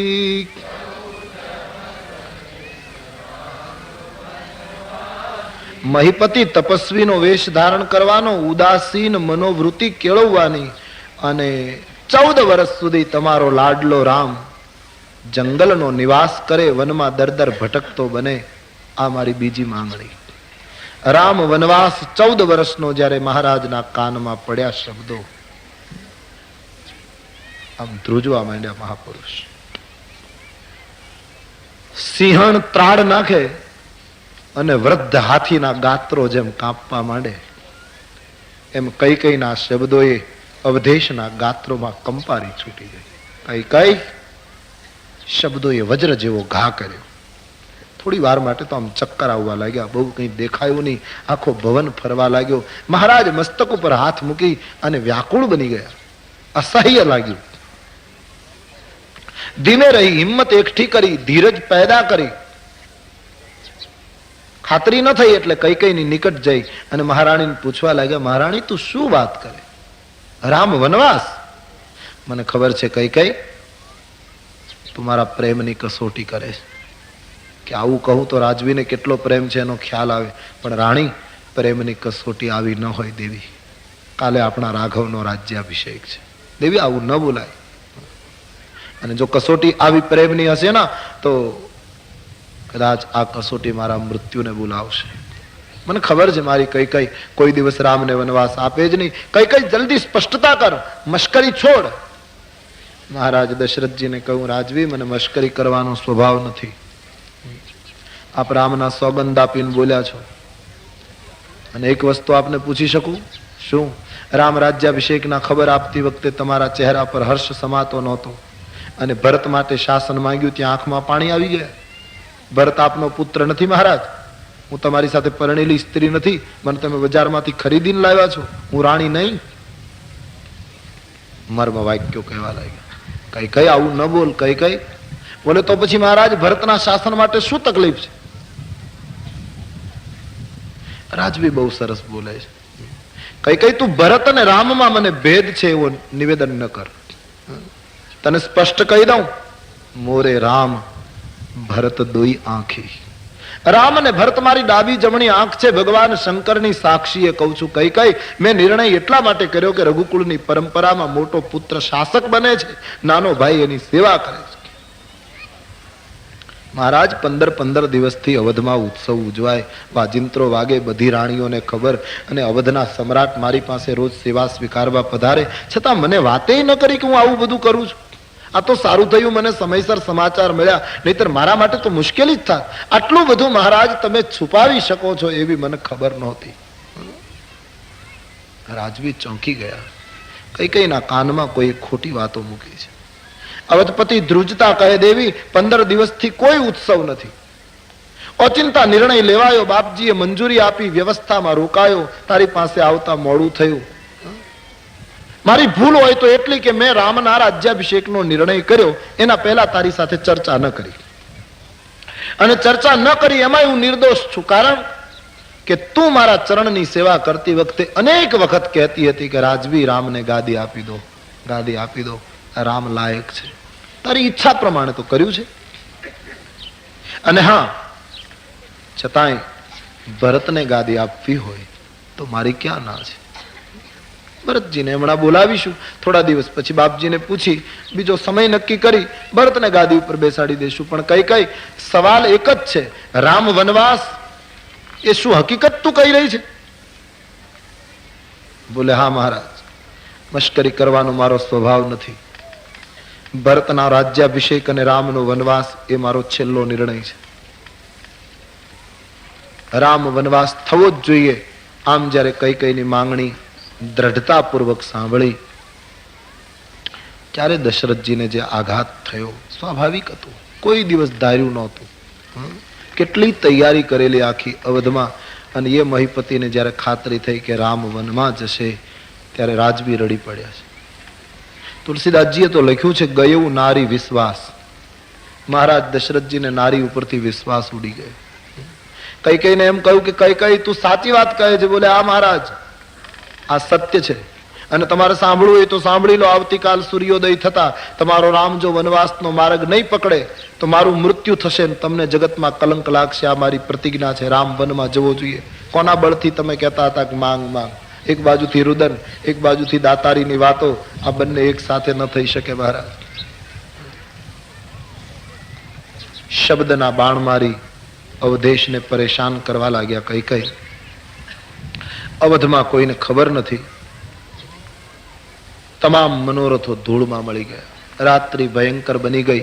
અયોધ્યામાં વાગતા વાજિંત્રો મહારાજ દશરથજીને બાણની સમાન ખટકવા લાગ્યા. આકાશની સામે જોઈ અવધપતિ સૂર્યનારાયણને પ્રાર્થના કરવા લાગ્યા કે હે સૂર્યદેવ, આવતીકાલે મહેરબાની કરીને ઉદય ન પામશો. આપનો ઉદય થશે તો અયોધ્યાનું દુઃખ જોઈને તમારી આંખમાં પણ આંસુ આવશે કે સૂર્યવંશમાં શું થઈ ગયું. રાજવી મસ્તક ઉપર હાથ મૂકીને રડે છે. કઈકઈને એમ પણ કહ્યું કે કઈ રામ મારી નજરથી દૂર હટે, વનવાસ માટે એ નીકળે એના પહેલા તું મારું મૃત્યુ કર. રામ જેવો દીકરો વનમાં જતો રહે હું કેમ જીવી શકું. મહારાજ ખૂબ વ્યાકુળ થયા છે. સ્વાભાવિક હતું. આખી બાજી પલટી ગઈ. રામ કથા એ તો માનવ જાત માટે એક મોટું આશ્વાસન છે. એમ કહેવાની ઈચ્છા થાય કે દશરથજી એટલે બ્રહ્મના પિતા, અને આ ધરતી ઉપર બ્રહ્મના પિતાના મનોરથો જો પૂરા ન થયા હોય તો આપણા મનોરથો અધૂરા રહે. એમાં શું રડવાનું? તો જગત જ અહીંની વાતાવરણ જ કંઈક એવું છે. અહીં બધું થોડું પૂરું થાય છે ભાઈ. કેટલી તૈયારી, વશિષ્ઠ જેવા મહારાજની સૂચના, આટલી મોટી તૈયારી થયેલી છતાં બધા ઉપર પાણી ફરી ગયું. બાળકની જેમ આક્રંદ અવધપતિ કરે છે. હું કાલ સમાજને મુખ શું બતાવીશ? હું રાઘવને કેમ કહી શકું કે રાઘવ તું વનમાં જતો રહે? અને બીજું તો કઈ નહીં, રામ ગયા પછી સીતાનું શું થશે? અનેક સવાલો મહારાજ દશરથજીના હૃદયને કોતરી રહ્યા છે. રડે છે. કઈ ક્યારેક ક્યારેક શબ્દ બોલીને રાજવીને વધારે ને વધારે સતાવે છે. અયોધ્યામાં તો જય જયકાર, સવાર પડવાની તૈયારી. હવે બહુ વધારે સમય પ્રતીક્ષા કરવાની નથી, એટલા માટે લોકો ખૂબ આનંદ ઘેલા બન્યા. વહેલી સવારથી લોકોના ટોળે ટોળા મહારાજના મહેલને ઘેરી વળ્યા છે. અહીંથી સવારી નીકળશે. મહારાજ દશરથજીના વંદન કરી અમે વધાઈ આપીને ધન્ય બનીશું. આટલા મનોરથમાં લોકો ડૂબ્યા છે. સવાર પડવાની તૈયારી. મહારાજ દશરથજી રુદન કરે છે. કઈ એકના બે થતા નથી. અને મહારાજ દશરથજીને જયારે પૂર્ણ ખાતરી થઈ ગઈ કે હવે આમાં બીજું કશું નહીં થઈ શકે, ત્યારે માનસના મત પ્રમાણે મહારાજ દશરથજીએ કઈને એમ કહી દીધું કે રામને વનવાસ આપનારી મહિલા રામ વનમાં જશે, અને 14 વર્ષ પછી રામ અને ભરતના ભાતૃભાવમાં કોઈ ફેર નહીં પડે. પણ જગતમાં બે વસ્તુ કોઈ દિવસ નાશ નહીં પામે. તોર કલંક મોર પછતાવા. તારું કલંક અને મારો પસ્તાવો. હવે તારે જે નિર્ણય કરવો હોય તે કર, પણ હવે મને ક્યારેય બોલાવીશ નહીં, મુખ બતાવીશ નહીં. જ્યાં સુધી જીવતો રહું ત્યાં સુધી આગળ બોલીશ નહીં. તારો ને મારો સંબંધ કઈ અહીં પૂરો થાય છે. રામને વનવાસ આપનાર કઈ સાથે અવધપતિએ સંબંધ તોડ્યો છે. તુલસીદાસજીનો એ સિદ્ધાંત છે, ચાકે પ્રિયન રામ વૈદેહી. જેને રામ વૈદેહી પ્રિય ન હોય, તુલસીદાસજી કહે એને કોટી વેરીની સમ છોડી દો, જદપી પરમ સ્નેહી. ભલે ગમે તેટલા નિકટના સગા હોય, સ્નેહી હોય, પણ રામ સીતા જેને પ્રેમ ન હોય એનો સંબંધ તુલસી. એ તુલસીજીની ઉગ્રતા છે. મીરાને સ્પષ્ટ લખેલું ને તુલસીએ. મીરાએ જયારે પત્ર લખ્યો કે મારે શું કરવું, ચિત્રકૂટથી જવાબ આપ્યો કે બસ બહુ સીધી વાત છે, રામ સીતા પ્રિય ન હોય એને ત્યાગી દો. મહારાજ કઈ સાથે સંબંધ તોડે છે, રુદન કરે છે. સવાર પડી ગઈ. દ્વાર ભીર સેવક સચિવ અને કહી ઉદિત રવિ દેખી, અજહુન જાગે અવધપતિ કારણ કવન વિશેષી. પુષ્કળ લોકોનું ટોળું આજ મહારાજના દ્વારે સેવકો સચિવો ઉભા છે. સૂર્યનારાયણ બહાર નીકળી ચુક્યા. સૂર્યોદય જોઈને બધા એકબીજાને પૂછવા, હજુ મહારાજ ન જાગ્યા, હજુ હું ન જાગે અવધપતિ મહીપતિ કેમ ન જાગ્યા? જેને તેને પૂછવા લાગ્યા. કારણ કે લોકોનો એક વિશ્વાસ હતો, પીછલે પ્રહર ભૂપ નિત જાગા, આજુ હમહી બડ અચરજ લાગા. ચોથા પ્રહરમાં રાજવી રોજ જાગે. આજે અમને ખૂબ નવાઈ લાગે છે, હજી કેમ ન જાગ્યા? લોકોને થયું કાલે જાતે કામ કરતા હતા, થાકી ગયા હશે, નિત્ય કાર્યથી પરવારવામાં વિલંબ થયો હશે. સુમંતજી આપ જાઓ, મહારાજને જગાડો. આખા ગામનું પ્રતિનિધિત્વ કરતા સચિવ સુમંત કઈ ભવનમાં રાજવીને જગાડવા માટે ગયા છે. જય જયકાર થાય છે. રામ સીતાનો જય ઘોષ થાય છે. રાજ્યાભિષેકની પૂરી તૈયારી, રસ્તાઓ તૈયાર થઈ ગયા છે. બધાના હાથમાં પુષ્પો છે, આરતીઓ છે, અબીલ ગુલાલ છે, બધા જ મનોરથોમાં ડૂબેલા છે. સુમંતે પ્રવેશ કર્યો. કઈ ભવનમાં મંથરાએ પ્રણામ કરી. સુમંતે જ્યારે પૂછ્યું, મંથરી મહિપતિ ક્યાં? ત્યારે કહ્યું, મહારાજ કોપ ભુવનમાં છે. મહારાજને અને રાણીને કઈ તકરાર થઈ છે. આખી રાત્રિ બોલા ચાલી છે. હું તો દાસી છું, મારાથી જ કઈ પૂછાય નહીં. ક્યારની રાહ જોતી હતી, કોઈ આવે તો સારું. તમે આવી ગયા એ સારું કર્યું. આપ જઈને તપાસ કરો. મહારાજ સુમંતજીએ સાંભળ્યું કૈકેયીના કોપ. સુમંત શું કહું? બોલતા બોલતા રાજવી પડી ગયા. સુમંતજીને થયું કે કંઈ ભયંકર કારણ છે. એમણે કૈકેયીની સામે જોઈ. કૈકેયીને પૂછ્યું, દેવી, અયોધ્યાના એક સચિવ તરીકે હું આપને પૂછી શકું, અમારા અન્નદાતાને શું થયું છે? બહુ વિવેકથી બોલ્યા કૈકેયી. આખી રાત્રિ રામ રામ કરીને સવાર પાડી છે. ભગવાન જાણે શું કારણ. હું તો ક્યારની થાકી ગઈ છું કે તમને શું કારણ છે, પણ ખાલી રામ રામ જ બોલીને સવાર પાડી, રાત્રિ પૂરી કરી. હે તું જાન જગદીશ. સુમંતજી, હું એટલું સમજી શકી છું કે રામનું કંઈક કામ લાગે છે અવધપતિને. તમે રામને અહીં બોલાવી આવો તો કંઈક પરિણામનો ખ્યાલ આવે. સુમંત કારણ સમજી નથી શક્યા, પણ એક વસ્તુ સુમંતને જરૂર દેખાય કે અત્યારે જે રાજવીની પરિસ્થિતિ છે એમાં સ્વસ્થતા જો લાવવી હોય તો રામ દર્શન અનિવાર્ય છે. અત્યારે જેની તબિયત બગડી છે એમાં સુધારો કેવલ રામ દર્શન છે. અને વાત એ સાચી, રામ દર્શન સિવાય તબિયત સુધરતી જ નથી. દશરથજી કૈકેયીમાં કામ દર્શન કરવા ગયા ને એમાં તો આ દશા ઊભી થઈ છે. પ્રત્યેક માનવીને રામ દર્શન ન થાય ત્યાં સુધી તુલસી કહે કેમ તંદુરસ્તી આવે. ભરદ્વાજજીને રામજીએ પૂછ્યું, આપ કુશળ છો? ભરદ્વાજજીએ કહ્યું, મહારાજ મન વચન કર્મથી કપટ છૂટે અને રામ તમારું ભજન કરીને તમારી સાધના કરીને દર્શન ન થાય ત્યાં સુધી કુશળતા આવતી જ નથી. રામને અહીં લઈ આવું. સુમંત નીકળી ગયા. અયોધ્યા સશંક ચહેરે સુમંતને ઘેરી વળીને પૂછવા લાગી, સુમંતજી બતાવો ના શું થયું? બોલે, આપ રાહ જુઓ, હું અત્યારે કંઈ કહી શકું એમ નથી. વાજિંત્રો વાગતા બંધ થઈ ગયા. લોકો ચૂપ થઈ ગયા. નિર્ણયની કોઈને ખબર નથી કે બન્યું છે શું. સુમંતને માર્ગ આપી દીધો. સુમંત સીધા રામજીને દ્વારે, ભગવાન રામજીના દ્વારે જઈને સુમંત ઉભા રહે. આ દાસ દાસીઓ પણ નથી, બધા જ ઉત્સવમાં છે. ભગવતી સીતાએ અને રામે સુમંતને જોયા. બંને જણા પિતાને આદર આપે એમ સુમંતને આદર આપે છે. જેને રાજ્ય મળવાનું છે, થોડા સમય પછી તો ગાદી ઉપર બેસવાનું સમય છે. અને એ વખતે સુમંત આવે ત્યારે એક અયોધ્યાના સચિવને, જેને સમ્રાટનું પદ મળવાનું છે, એવા રામજી એ જ સરળતાથી વંદન કરીને સન્માન આપે. એ રામના સદગુણનો એક જબરદસ્ત અસર છે. સીતાજી જાણે જનકને એક દશરથજીને પગે લાગતા હોય એમ સુમંતને જ્યારે પગે લાગ્યા ત્યારે સુમંતની આંખ ભીંજાઈ ગઈ. ધન્ય બેટી, ધન્ય અવધની પુત્રવધુ.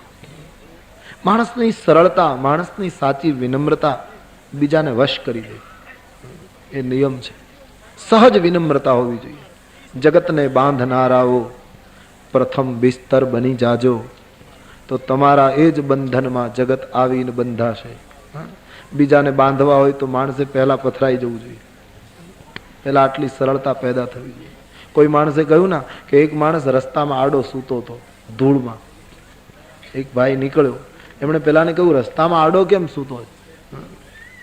બોલે, મારે નવો રસ્તો પાડવો છે. વાત બિલકુલ નાની એવી હતી. બોલે, નવો રસ્તો ઘા, જ્યાં સુધી ધૂળમાં સૂઈ ન જઈએ, જ્યાં સુધી ધૂળમાં આળોટીએ નહીં, જ્યાં સુધી આટલી સહજતા પેદા ન થાય ત્યાં સુધી જગતમાં નવા રસ્તા ઊભા થતા નથી. જેને નવા માર્ગો ઊભા કરવા હોય એને તો આટલી કુરબાની આપવી પડે છે, ધૂળમાં આળોટવું પડે. સીતાની સહજ વિનમ્રતા સુમંતને રડાવી ગઈ. બહુ સાચી વાત છે. અને બીજા અર્થમાં જોઈએ ને તો આપણામાં અક્કડ રહેવા જેવું કઈ છે નહીં. આપણામાં એવી કઈ વસ્તુ છે, ઇતિહાસ જોઈએ તો મહાપુરુષોના પગના પગરખા પાસે ઊભા ન રહેવાય, એવી તો આપણી કક્ષા છે. અને છતાં ખબર નહીં, આપણને થોડુંક કંઈક આવડી જાય, થોડુંક કંઈક ભેગું થઈ જાય, થોડીક પ્રતિષ્ઠા મળે એટલે આપણું મગજ કંઈક થવા માંડે. નહીંતર શું આપણી કક્ષા આ ખલકમાં, આ બ્રહ્માંડમાં? જ્યાં ખગોળ એમ કહે કે જે સૂર્યનો પ્રકાશ આપણને મળે છે એના કરતાં તો અનેક સૂર્યો નિહારિકામાં છે, એવું ખગોળશાસ્ત્ર કહે. આ સૂરજ તો નજીક છે એટલે એનો પ્રકાશ ધરતી ઉપર પહોંચે છે, બાકી તો કેટલાય સૂર્યો છે, એ તો બહુ દૂર છે, જેને વિજ્ઞાનની ભાષામાં પ્રકાશ વર્ષ દૂર ગણાય. અમુક પ્રકાશ વર્ષો જે વિજ્ઞાનની ભાષા છે, આટલા દૂર છે એટલે એની કિરણો અહીંયા પહોંચતી નથી. અને આવું કઈ એક બ્રહ્માંડ નહીં, આવા તો પાછા 14 બ્રહ્માંડ. એમાં આપણી ધરતીની ગણતરી શું? અને ધરતીમાં 3 ભાગમાં પાણી, 1 ભાગમાં જમીન. અને 1 ભાગમાં જે જમીન છે એમાં એશિયા, યુરોપ, આફ્રિકા આ બધા ખંડ પાડ્યા. એમાં તમે એશિયા લો અને એશિયા ખંડમાં આપણો ભારત લો તો આમ એક ખૂણે આમ નીચે લાગે, ધરતીના પેલામાં આમ નીચે ભારત, અને ભારતમાં ગુજરાત કાઢો, એક નાનું એવું ટપકું હોય ને એમાં પછી આપણો સૌરાષ્ટ્ર કાઢો, સૌરાષ્ટ્રમાં આપણો જિલ્લો કાઢો, ખાલી ટપકું નામ લખ્યું હોય, બાકી બીજો કઈ પત્તો ન હોય. જિલ્લામાં તાલુકો કાઢો, તાલુકામાં આપણું ગામ કાઢો, ગામમાં આપણું મકાન કાઢો હોય નકશામાં, અને મકાનમાં 3 ફૂટની ખુરશીમાં બેઠેલા આપણે પાછા વાતો કરતા હોય કે હું ન હોઉં તો કાંઈ ન થાય. હવે ભાઈ આ બધું એમને હાલે છે. આવા તો 14 બ્રહ્માંડ છે, તારી કોઈને ખબર નથી તું છે કેમ. મને તો ખરેખર શંકા છે, મેં જો મુझे लगता है वो कह रहा हूं, विनोद नहीं, कदाच આ જગતના આટલા મોટા બ્રહ્માંડમાં કદાચ કોઈ ગ્રહ ઉપર માનવ જાત હશે તો સંભવ છે એ લોકોને ખબર પણ નહીં હોય કે ધરતી જેવો કોઈ ગ્રહ છે. સંભવ છે. આમાં ખબર છે આપણને આ કયા તારામાં શું શું છે, આપણને ખબર નથી, એમ બીજાને આપણી ખબર નહીં હોય. બિલકુલ સ્વાભાવિક છે. અને છતાંય આપણે કહીએ અમે કાંઈક છીએ.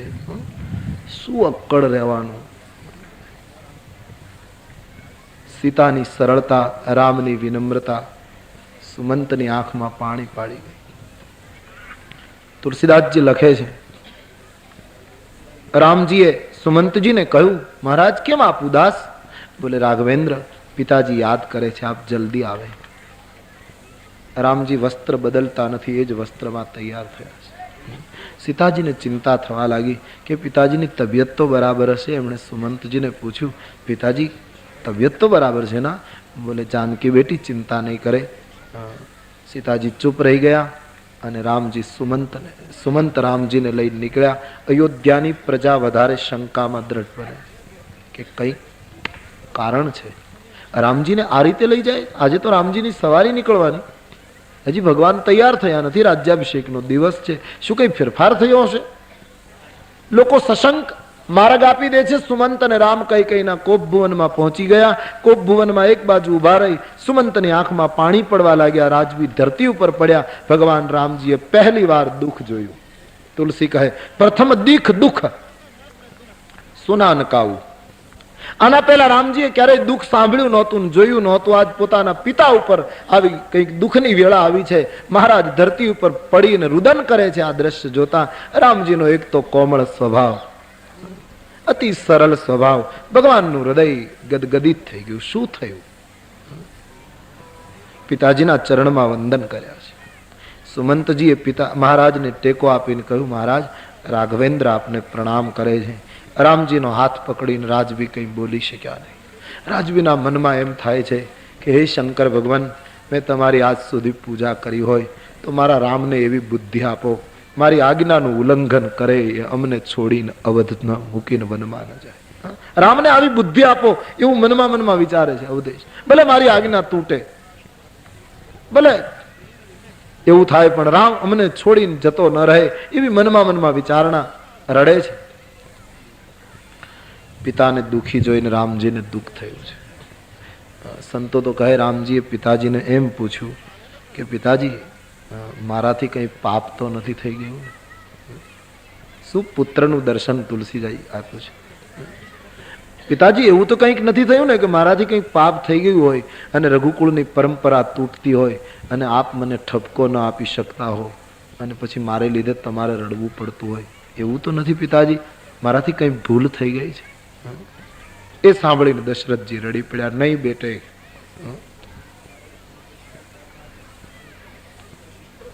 માનસમાં તો લખાયું છે ને, તુમ અપરાધ જોગ નહીં તાતા.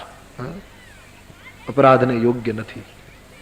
પિતાજી તો શું કારણ છે? એવી કઈ ઘટના અવધમાં આવી પડી? એવી કઈ વિપત્તિ આવી? પિતાજી, ભરત, લખન, શત્રુઘ્ન અને રામ એવા 4 પુત્રો આપને હોય અને વૃદ્ધ પિતાને રડવું પડે. બાપુજી, તો કાલ અમારે નીચું જોવું પડે. શું પુત્ર ધર્મ બતાવ્યો? અને વાતે સાચી ભાઈ.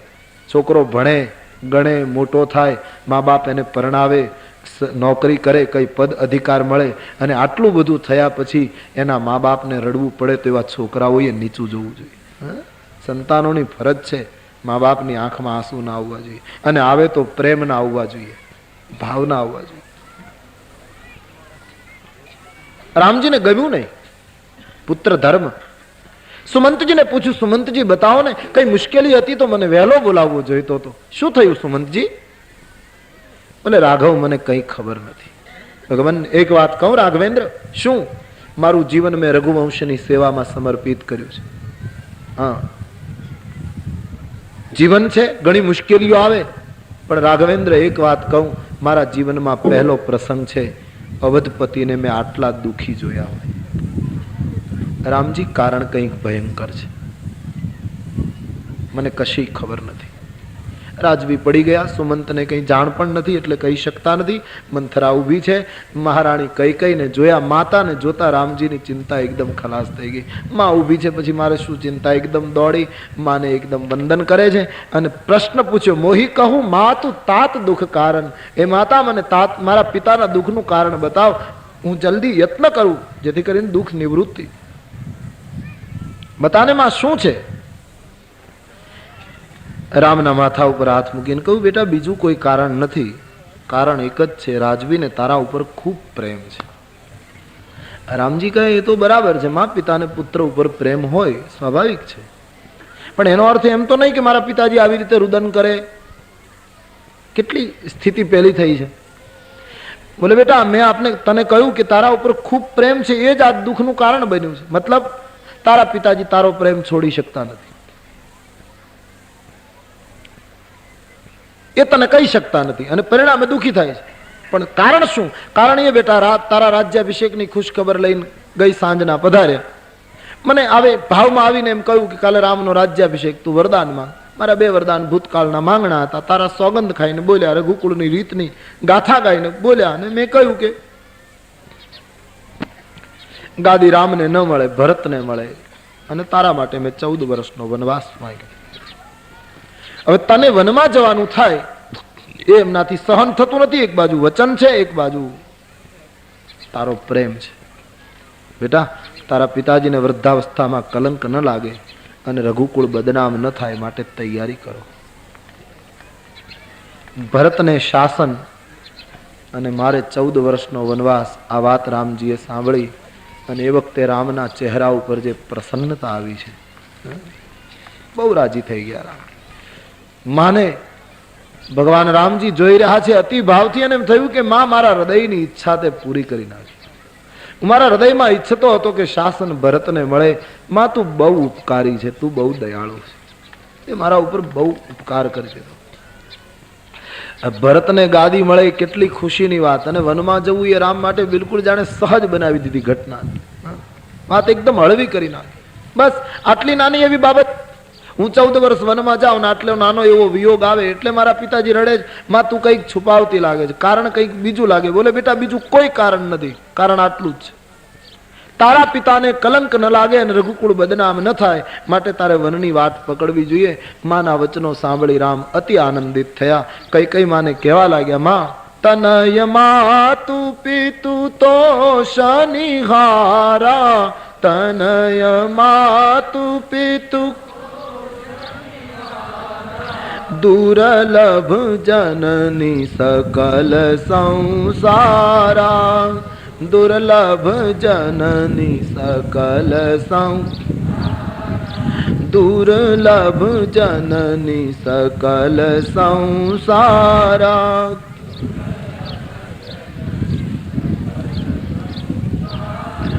સુनु जननी सोई सुत बड़ भागी, सुनु जननी सोई,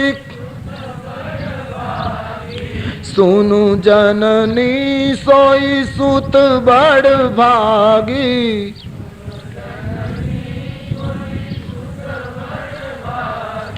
જો પિતુ માતુ બચન અનુરાગી, જો પિતુ માતુ બચન अनुरागी, जो पितु मातु बचन अनुरागी।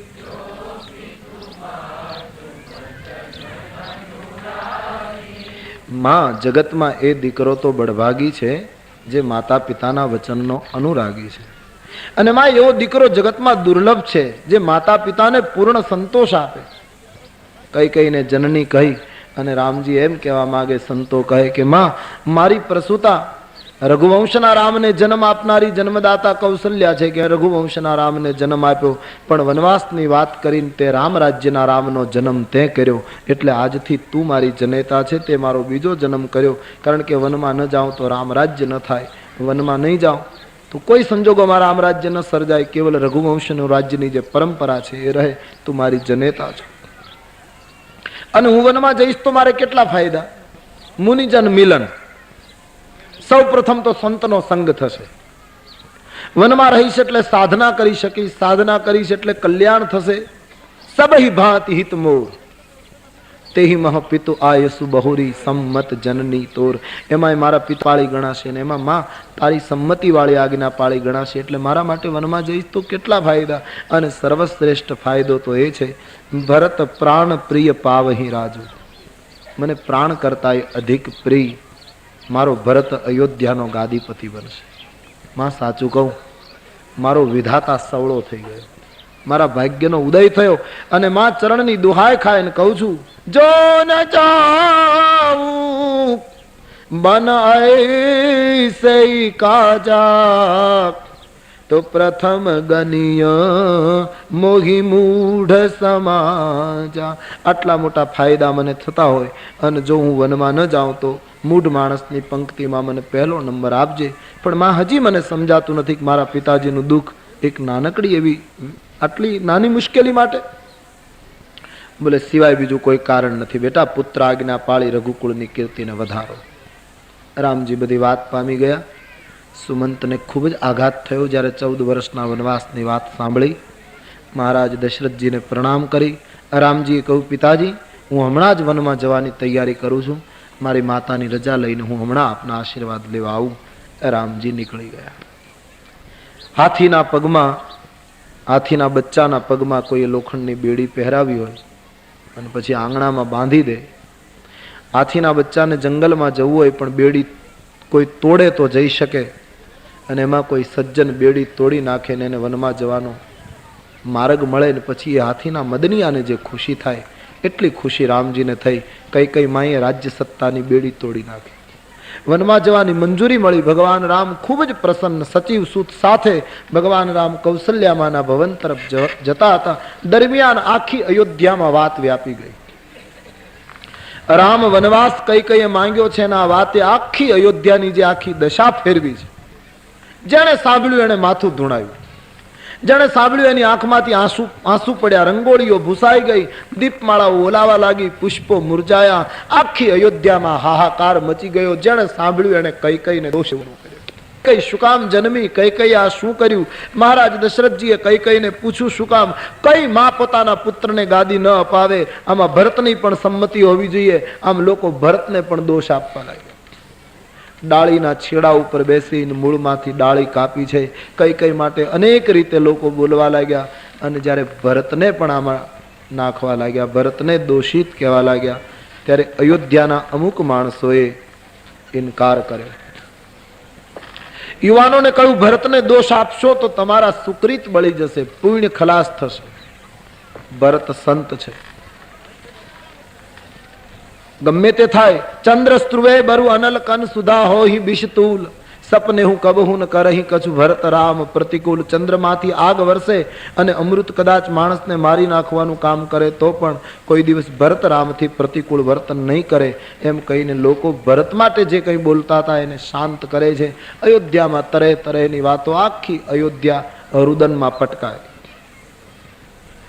દરમિયાન અયોધ્યાના અમુક વડીલોએ બ્રાહ્મણોની સ્ત્રીઓને, વૃદ્ધ સ્ત્રીઓને પ્રાર્થના કરી કે તમે કઈ કઈને મહેલે જઈને કઈ કઈને સમજાવો કે કઈ કઈ તે આ શું કર્યું.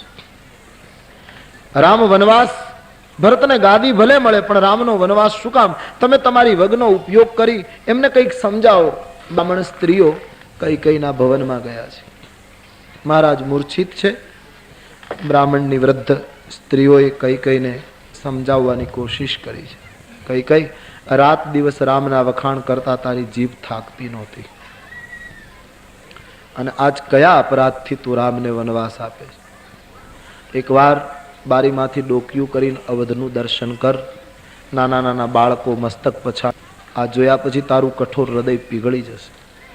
અને હા, વચન તારાથી માંગતા મંગાઈ ગયા હોય ને વચન ફેરવવામાં મુશ્કેલી પડતી હોય તો એક ત્રીજું વચન માંગ. રામ વનમાં જાય પણ વશિષ્ઠજીના આશ્રમમાં રહે, નગરમાં ન રહે, જેથી કરીને અવધને રામના દર્શન રહે, સામીપ્ય મળે. અયોધ્યામાં યશ અને કીર્તિનું પાત્ર બન. કઈ કઈ લોકોની લાગણીનો વિચાર કર. તે આ શું કર્યું? રામ જેવા દીકરાને વનવાસ આપી જગત તને શું કહેશે? તારા ભરતની ગાદી માટે કોણ ઇનકાર કરે? અને કદાચ જો તું આમાંથી કોઈ નિર્ણય ફેરવીશ નહીં તો જેમ સૂર્ય વગરનો દિવસ નકામો, ચંદ્ર વગરની રાત નકામી, પ્રાણ વગરનો દેહ નકામો, એમ અવધ રામ વગર નકામી થઈ જશે. એનો કોઈ અર્થ નહીં રહે. કઈ કઈ બોલતા જ નથી. છેવટે ઋષિ પત્નીઓના મુખમાંથી ભવિષ્યવાણી નીકળી કે કઈ કઈ જો તારા નિર્ણયમાં ફેરફાર નહીં કરે તો આટલી ઘટના બનશે. રામ જશે તા પણ જશે, અને સીતારામ બંને વનમાં જશે તો લક્ષ્મણ કોઈ દિવસ અયોધ્યામાં નહીં રહે. અને ત્રણેય જણ વનમાં જશે તો તું એમ માને છે કઈ કઈ ભરત ગાદી ભોગવશે? ભરત વલકલ પહેરીને નંદીગ્રામમાં કુટિયા બાંધશે, તારો પુત્ર ભેખ ધારણ કરશે, અને આટલી બધી ઘટના અવધમાં બનશે તો કઈ કઈ અમારે કહેવું ન જોઈએ, પણ મહારાજ દશરથજી પ્રાણ છોડી દેશે. રામ વગર અવધેશ જીવશે નહીં. અમારી આ ભવિષ્યવાણી છે. કઈ કઈ એકના પોતાનો નિર્ણય બદલતા જ નથી. અને જ્યારે ઋષિપત્નીઓને એમ લાગ્યું કે અસાધ્ય રોગ છે, આમાં ફેરફાર નહીં થઈ શકે, તારું નસીબ તને મુબારક એમ કહી અને નીકળી ગયા છે ઋષિપત્નીઓ. આખી અયોધ્યામાં આક્રંદ. અને ભગવાન રામ સચિવ પુત્રની સાથે કૌશલ્યાના મહેલમાં. કૌશલ્યાજીને તો ખબર જ નથી. એને તો બધા વસ્ત્રો ને અલંકારો, ઠાકોરજીનો પ્રસાદ ને શુકનની સામગ્રી બધી તૈયાર કરી રાખ્યું છે કે આનંદ સમાતો નથી માતાજીને. આજ રાઘવનો રાજ્યાભિષેક છે. આજ મારી પુત્ર વધુ અવધની મહારાણી બનશે. અમે એમની આરતી ઉતારીશું, પછી કોઈ ઈચ્છા બાકી નથી. એવા ભાવમાં ડૂબેલી મમતા મૂર્તિ કૌશલ્યાજી ઘડીક મંદિરમાં, ઘડીક મહેલમાં ભાવમય ફરે કરીને ઉભા છે. કેમ કોઈ આવતું નથી? ક્યારે તૈયારી હશે? આમ વિચાર પ્રતીક્ષામાં. એમાં રામજીનો પ્રવેશ. રામજીની એક આંખમાં ગાદી ભરતને મળે છે એનો હર્ષ છે, અને એક આંખમાં હું કૌશલ્યામાને કેમ કહું કે માં હું વનમાં જાઉં છું એનું દુઃખ છે. કારણ કે એને ખબર છે કે માં અતિ ભોળી છે, અતિ લાગણી વહાવે. એ માને ખબર પડે કે મારે 14 વર્ષ વનમાં જવું તો એના વાત્સલ્ય ઉપર કેટલો ઘાત હશે. હિંમત એકઠી કરીને રામ ગયા. ભાવમયી માતાના ચરણમાં વંદન કરી અને માને કહ્યું, માં રાઘવ પ્રણામ કરે. એકદમ માં ભેટી પડે છે. પ્રેમ એટલો વહ્યો, માતાના હૃદયમાંથી દૂધ પ્રગટ્યું છે. બલી જાઉં બાપ, તારા ઉપર કુરબાન થાઉં એમ કહેતી માં પુત્રને હૃદય લગાડે છે. મસ્તક ઉપર હાથ મૂકી કહ્યું, બેટા એ શુભ ઘડી ક્યારે છે જે જોવા માટે અવધ આતુર બની છે? ક્યારે એ મંગલ ઘડી છે ભાઈ? રાજ્યાભિષેકનો સમય કયો નક્કી થયો છે? કઈ ફેરફાર થયો? ક્યારની પ્રતીક્ષા કરું છું, તારી રાહ જોઉં છું, હજી તે કઈ તૈયારી ન કરી?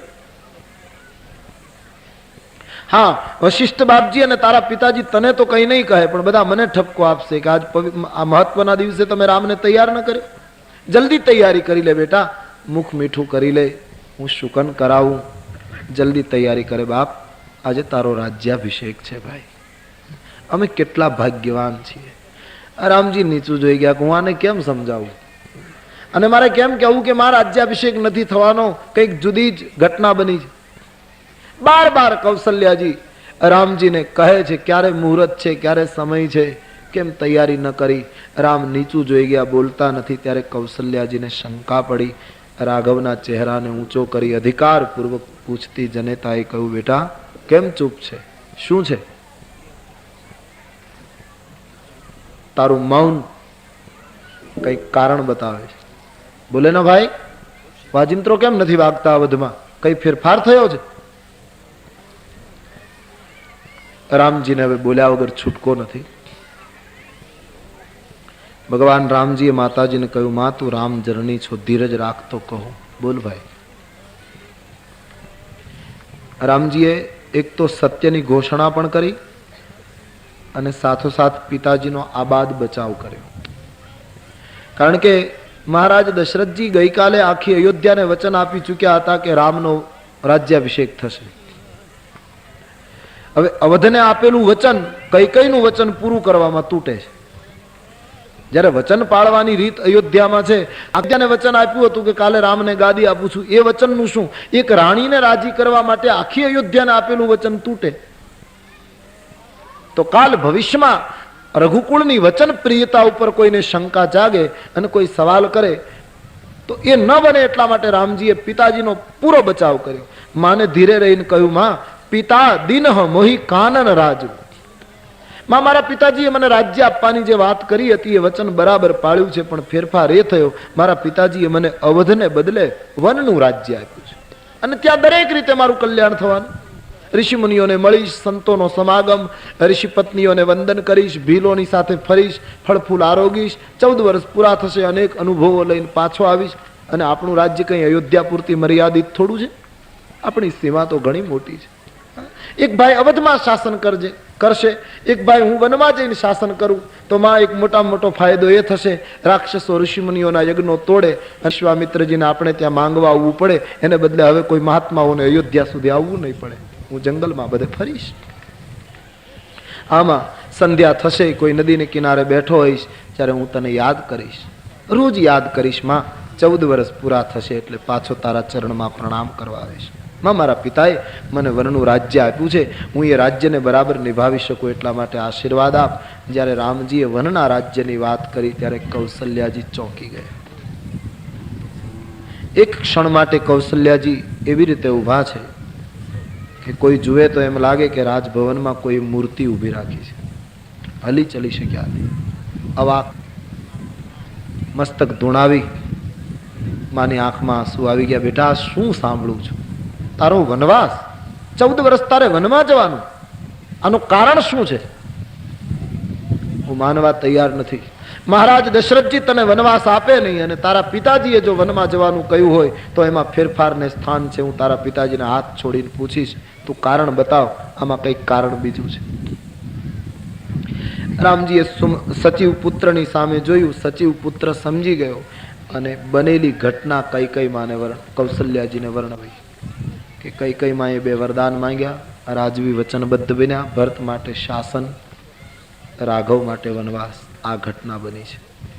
આમાં કૈકેયી માં વચ્ચે આવ્યા છે. આ જ્યારે વાત કૌશલ્યાએ સાંભળી ત્યારે કૌશલ્યાજીની જવાબદારી વધી ગઈ. દુઃખ બહુ થયું.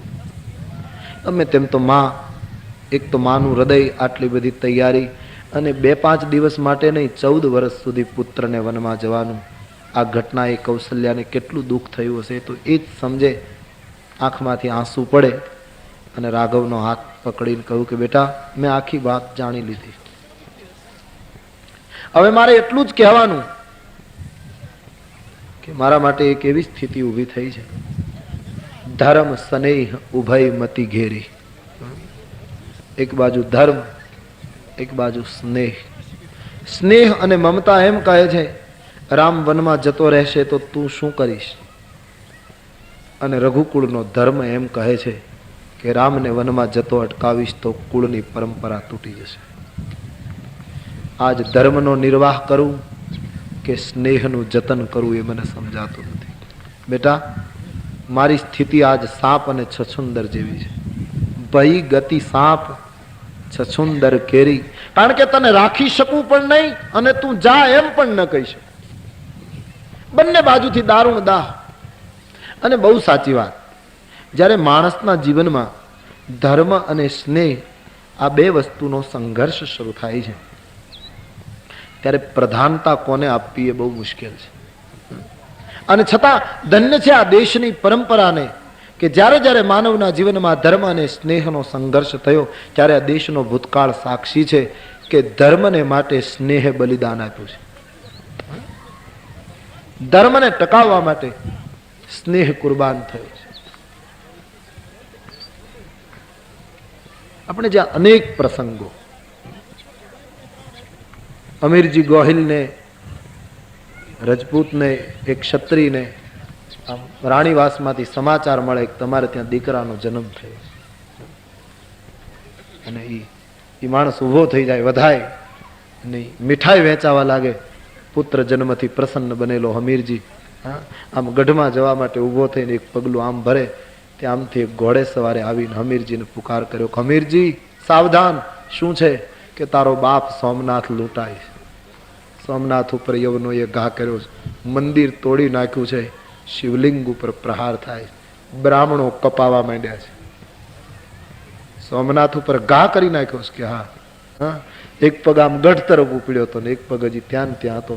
હવે ક્યાં જવું? આમ જવું કે આમ જવું? ધર્મ સોમનાથ તરફ બોલાવે, વાત્સલ્ય ગઢ તરફ બોલાવે. શું નિર્ણય કરવો? ધર્મ સ્નેહ ઉભયમતી ઘેરી. અને ધન્ય છે આ દેશની રજપૂતીને, ધન્ય છે આ દેશના ક્ષત્રિય વટને. એ માણસે કહી દીધું, ગઢમાં કહી દેજો હમીરજી સોમનાથની સખાતે જાય છે. મારો ધર્મ મુશ્કેલીમાં છે, મારી પરંપરા મુશ્કેલીમાં છે. ઘોડો મંગાવી, શસ્ત્રો લઈ, રજપૂતોને સાથે લઈ હમીરજી સોમનાથ તરફ ઉપડે. પણ ગમે તેમ તો એ બાપ છે ને, કહેતો ગયો કે રાણીને કહેજો ભગવાન સોમનાથ અને સૂરજની કૃપા હશે તો કદાચ પાછો આવીશ. પણ કાલ કદાચ પાછો ન આવ્યો અને સોમનાથના શરણાંગણમાં ધર્મ માટે હમીરજીની કુરબાની જો અપાઈ જાય તો એક કામ કરજો, દાસીઓને કીધું, રાણીને કહેજો જે બાળકનો જન્મ થયો છે એ મોટો થાય ત્યારે સોમનાથ આવીને મારી ખાંભીને સિંદૂર લગાડી દે. એક નજર ગઢ તરફ મમતાની રાખી અને આ માણસો સોમનાથ તરફ યાત્રા કરી. જીવતો દાખલો છે. આજ સોમનાથના પટાંગણમાં હમીરજીની ખાંભી છે. પેલું એને મળવું પડે, પછી સોમનાથ તરફ જવાય. આવું બધું ધર્મની પહેલી માન્યતા હોવી જોઈએ જીવનમાં. અને સ્નેહ તો સમર્પણ આપવા માટે પહેલેથી ટેવાયેલું તત્વ છે. એને તો પહેલેથી આદત છે સમર્પણ કરવું, સ્નેહને.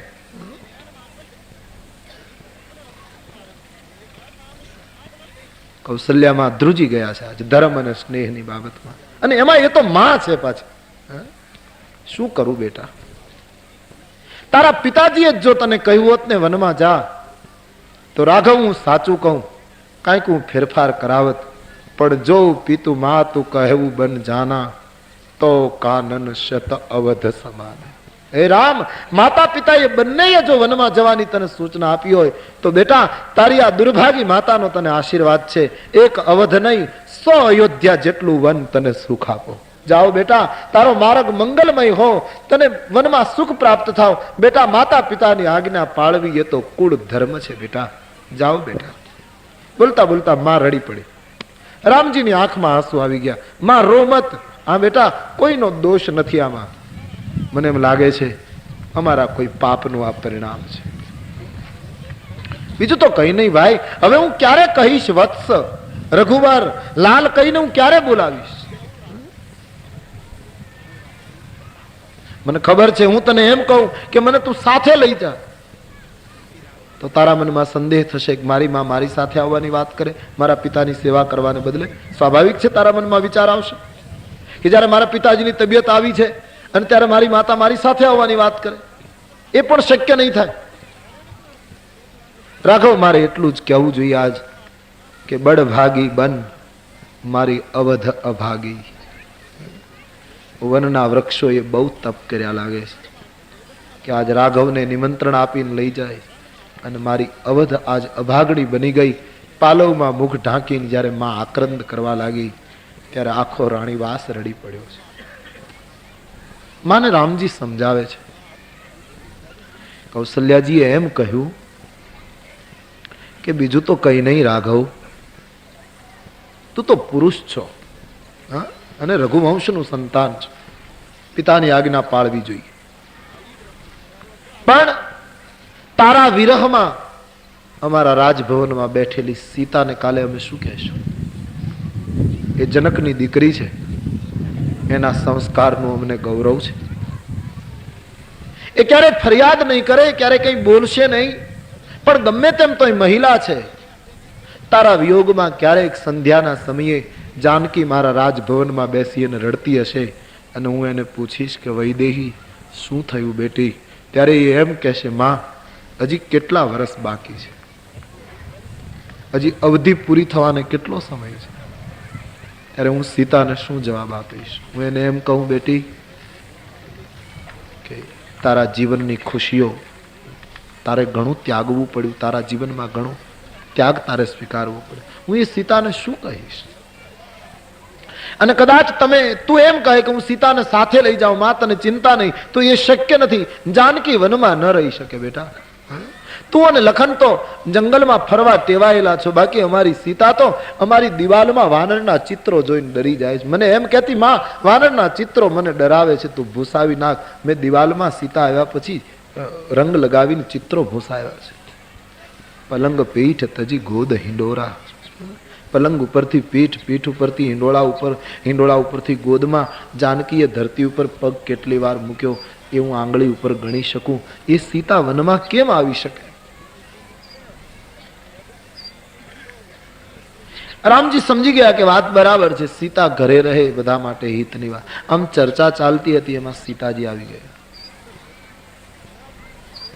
સીતાજીને સમાચાર મળી ગયા. તુલસીદાસજી બહુ સરસ લખે છે.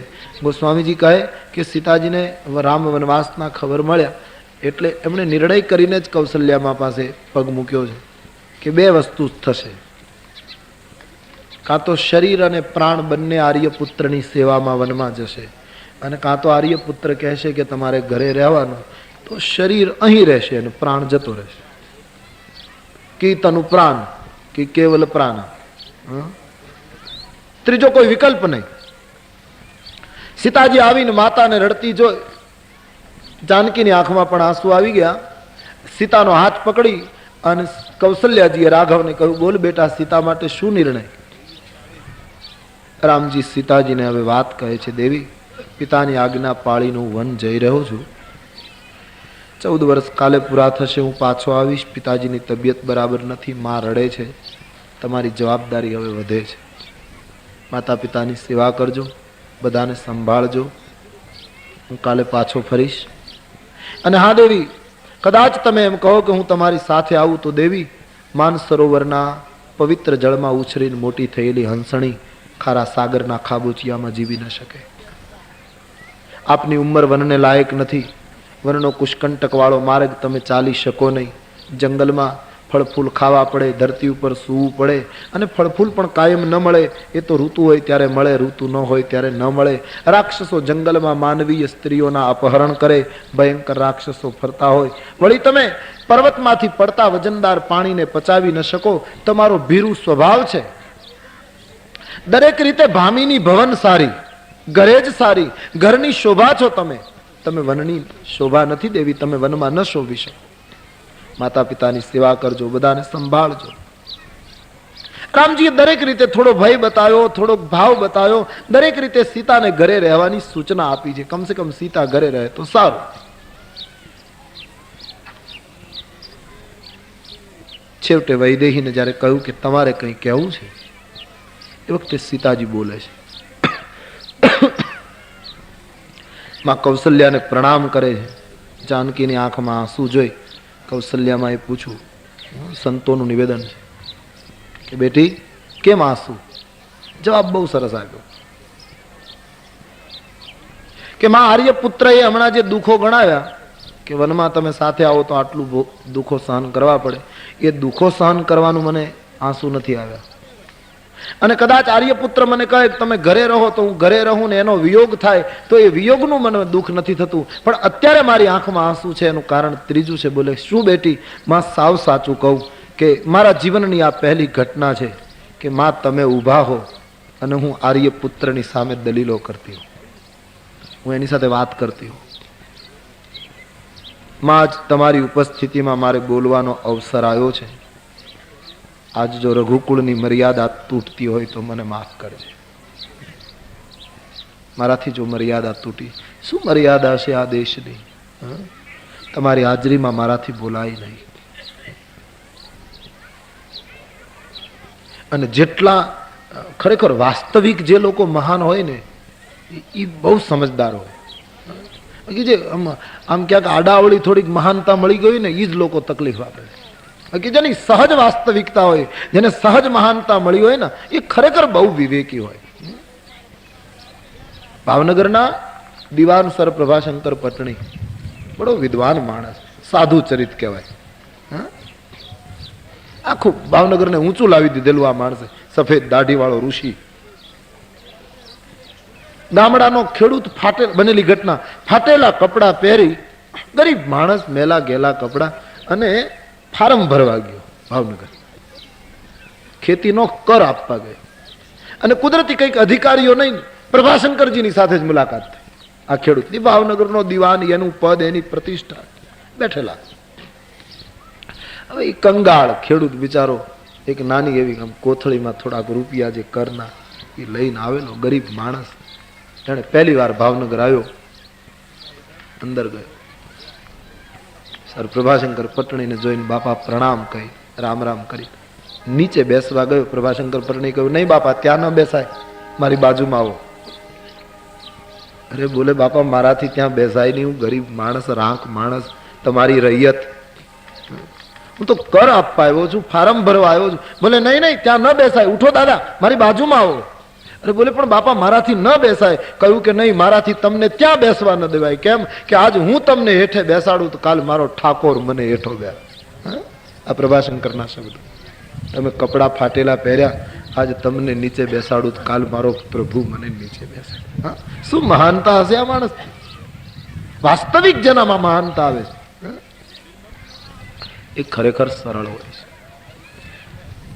સીતાજીએ કહ્યું, માં આજ મર્યાદા તૂટતી હોય તો માફ કરજે. બોલ બેટી. રામજીની સામે નતમસ્તકે ઉભા છે સીતાજી, અને થોડીક ચર્ચા કરી છે. ભગવાન, આપે એમ કહ્યું કે તમારી ઉંમર વનને લાયક નથી, તો પૂછવા ખાતર નહીં મહારાજ, પણ આમ આપને કહી શકું કે આપની ઉંમર વનને લાયક છે? આપ એમ કહો છો કે જંગલમાં કુશકંટક વાળા માર્ગ ઉપર તમે ચાલી ન શકો, આપને પગલે પગલે હું 4 મંગલ ફેરા ફરી. એનો અર્થ એ થાય છે કે સુખની વાટ હોય કે દુઃખની વાટ હોય, પત્નીએ પતિને પગલે પગલે ચાલવું જોઈએ. અને મહારાજ આપ આગળ હો, હું પાછળ ચાલતી હોઉં, અને જે આપને પગલે ચાલે એને કોઈ દિવસ કાંટા વાગે મહારાજ? આપે એમ કહ્યું કે જંગલના ફળફૂલ ખાવા પડે, આપ ખાઈ શકો તો હું ન ખાઈ શકું. રાક્ષસો સ્ત્રીઓના અપહરણ કરે એવો ભય તમે બતાવ્યો. આપની ઉપસ્થિતિ હોય, કોની તાકાત છે જનકની પુત્રીની સામે જોઈ શકે? પ્રભુ, ક્ષણે ક્ષણે તમારા ચરણારવિંદના દર્શન કરી હું મારા જીવનને ધન્ય માનીશ. ઋષિ પત્નીઓ, ઋષિઓને માતા પિતા માનીશ, એની સેવા કરીશ. ભીલોને પોતાના ગણી એ બધાની વચ્ચે હું જીવવા ટેવાઈ જઈશ. પર્ણકુટીને અને દર્ભની પથારીને હું ઇન્દ્રલોક માનીશ. કાચા પાકા ફળફૂલના ભોજનને હું સુધાદી અશન માનીશ. રસ્તાના પંથ ઉપર ચાલતા ચાલતા, વનની વાટ ઉપર જ્યારે ચાલતા તમારા લલાટમાં પરસેવાના બિંદુઓ જ્યારે ચોંટ્યા હશે, એ રૂપ જોઈને હું મારા જીવનનું પરમ સૌભાગ્ય સમજીશ. આપની સેવા કરીશ. રોજ રાત્રિએ દાસી તમારા ચરણની સેવા કરીને પોતાના જીવનને ધન્ય માનશે. પ્રભુ, હું અવધમાં ન રહી શકું. મારી માતાએ મને વળાવતી વખતે એમ કહ્યું છે, પતિની મન વચન અને કર્મથી સેવા કરવી એ નારીનો ધર્મ છે. હું અવધમાં રહું ના તો આ વાત કંઈ અવધ પૂરતી મર્યાદિત નહીં રહે. કાલે વિસ્તરતી વિસ્તરતી જનકપુર પહોંચશે, અને જનકપુરમાં મારા માતા પિતાને ખબર પડે કે રાઘવ વનમાં ગયા અને અમારી વૈદેહી ઘરે રહી. તેથી હું સત્ય કહું છું, મારી મા મસ્તક પછાડીને રુદન કરશે કે અમારી જાનકીએ અમારા સંસ્કારો દીપાવ્યા નહીં. મારાથી અવધમાં ન રહેવાય પ્રભુ.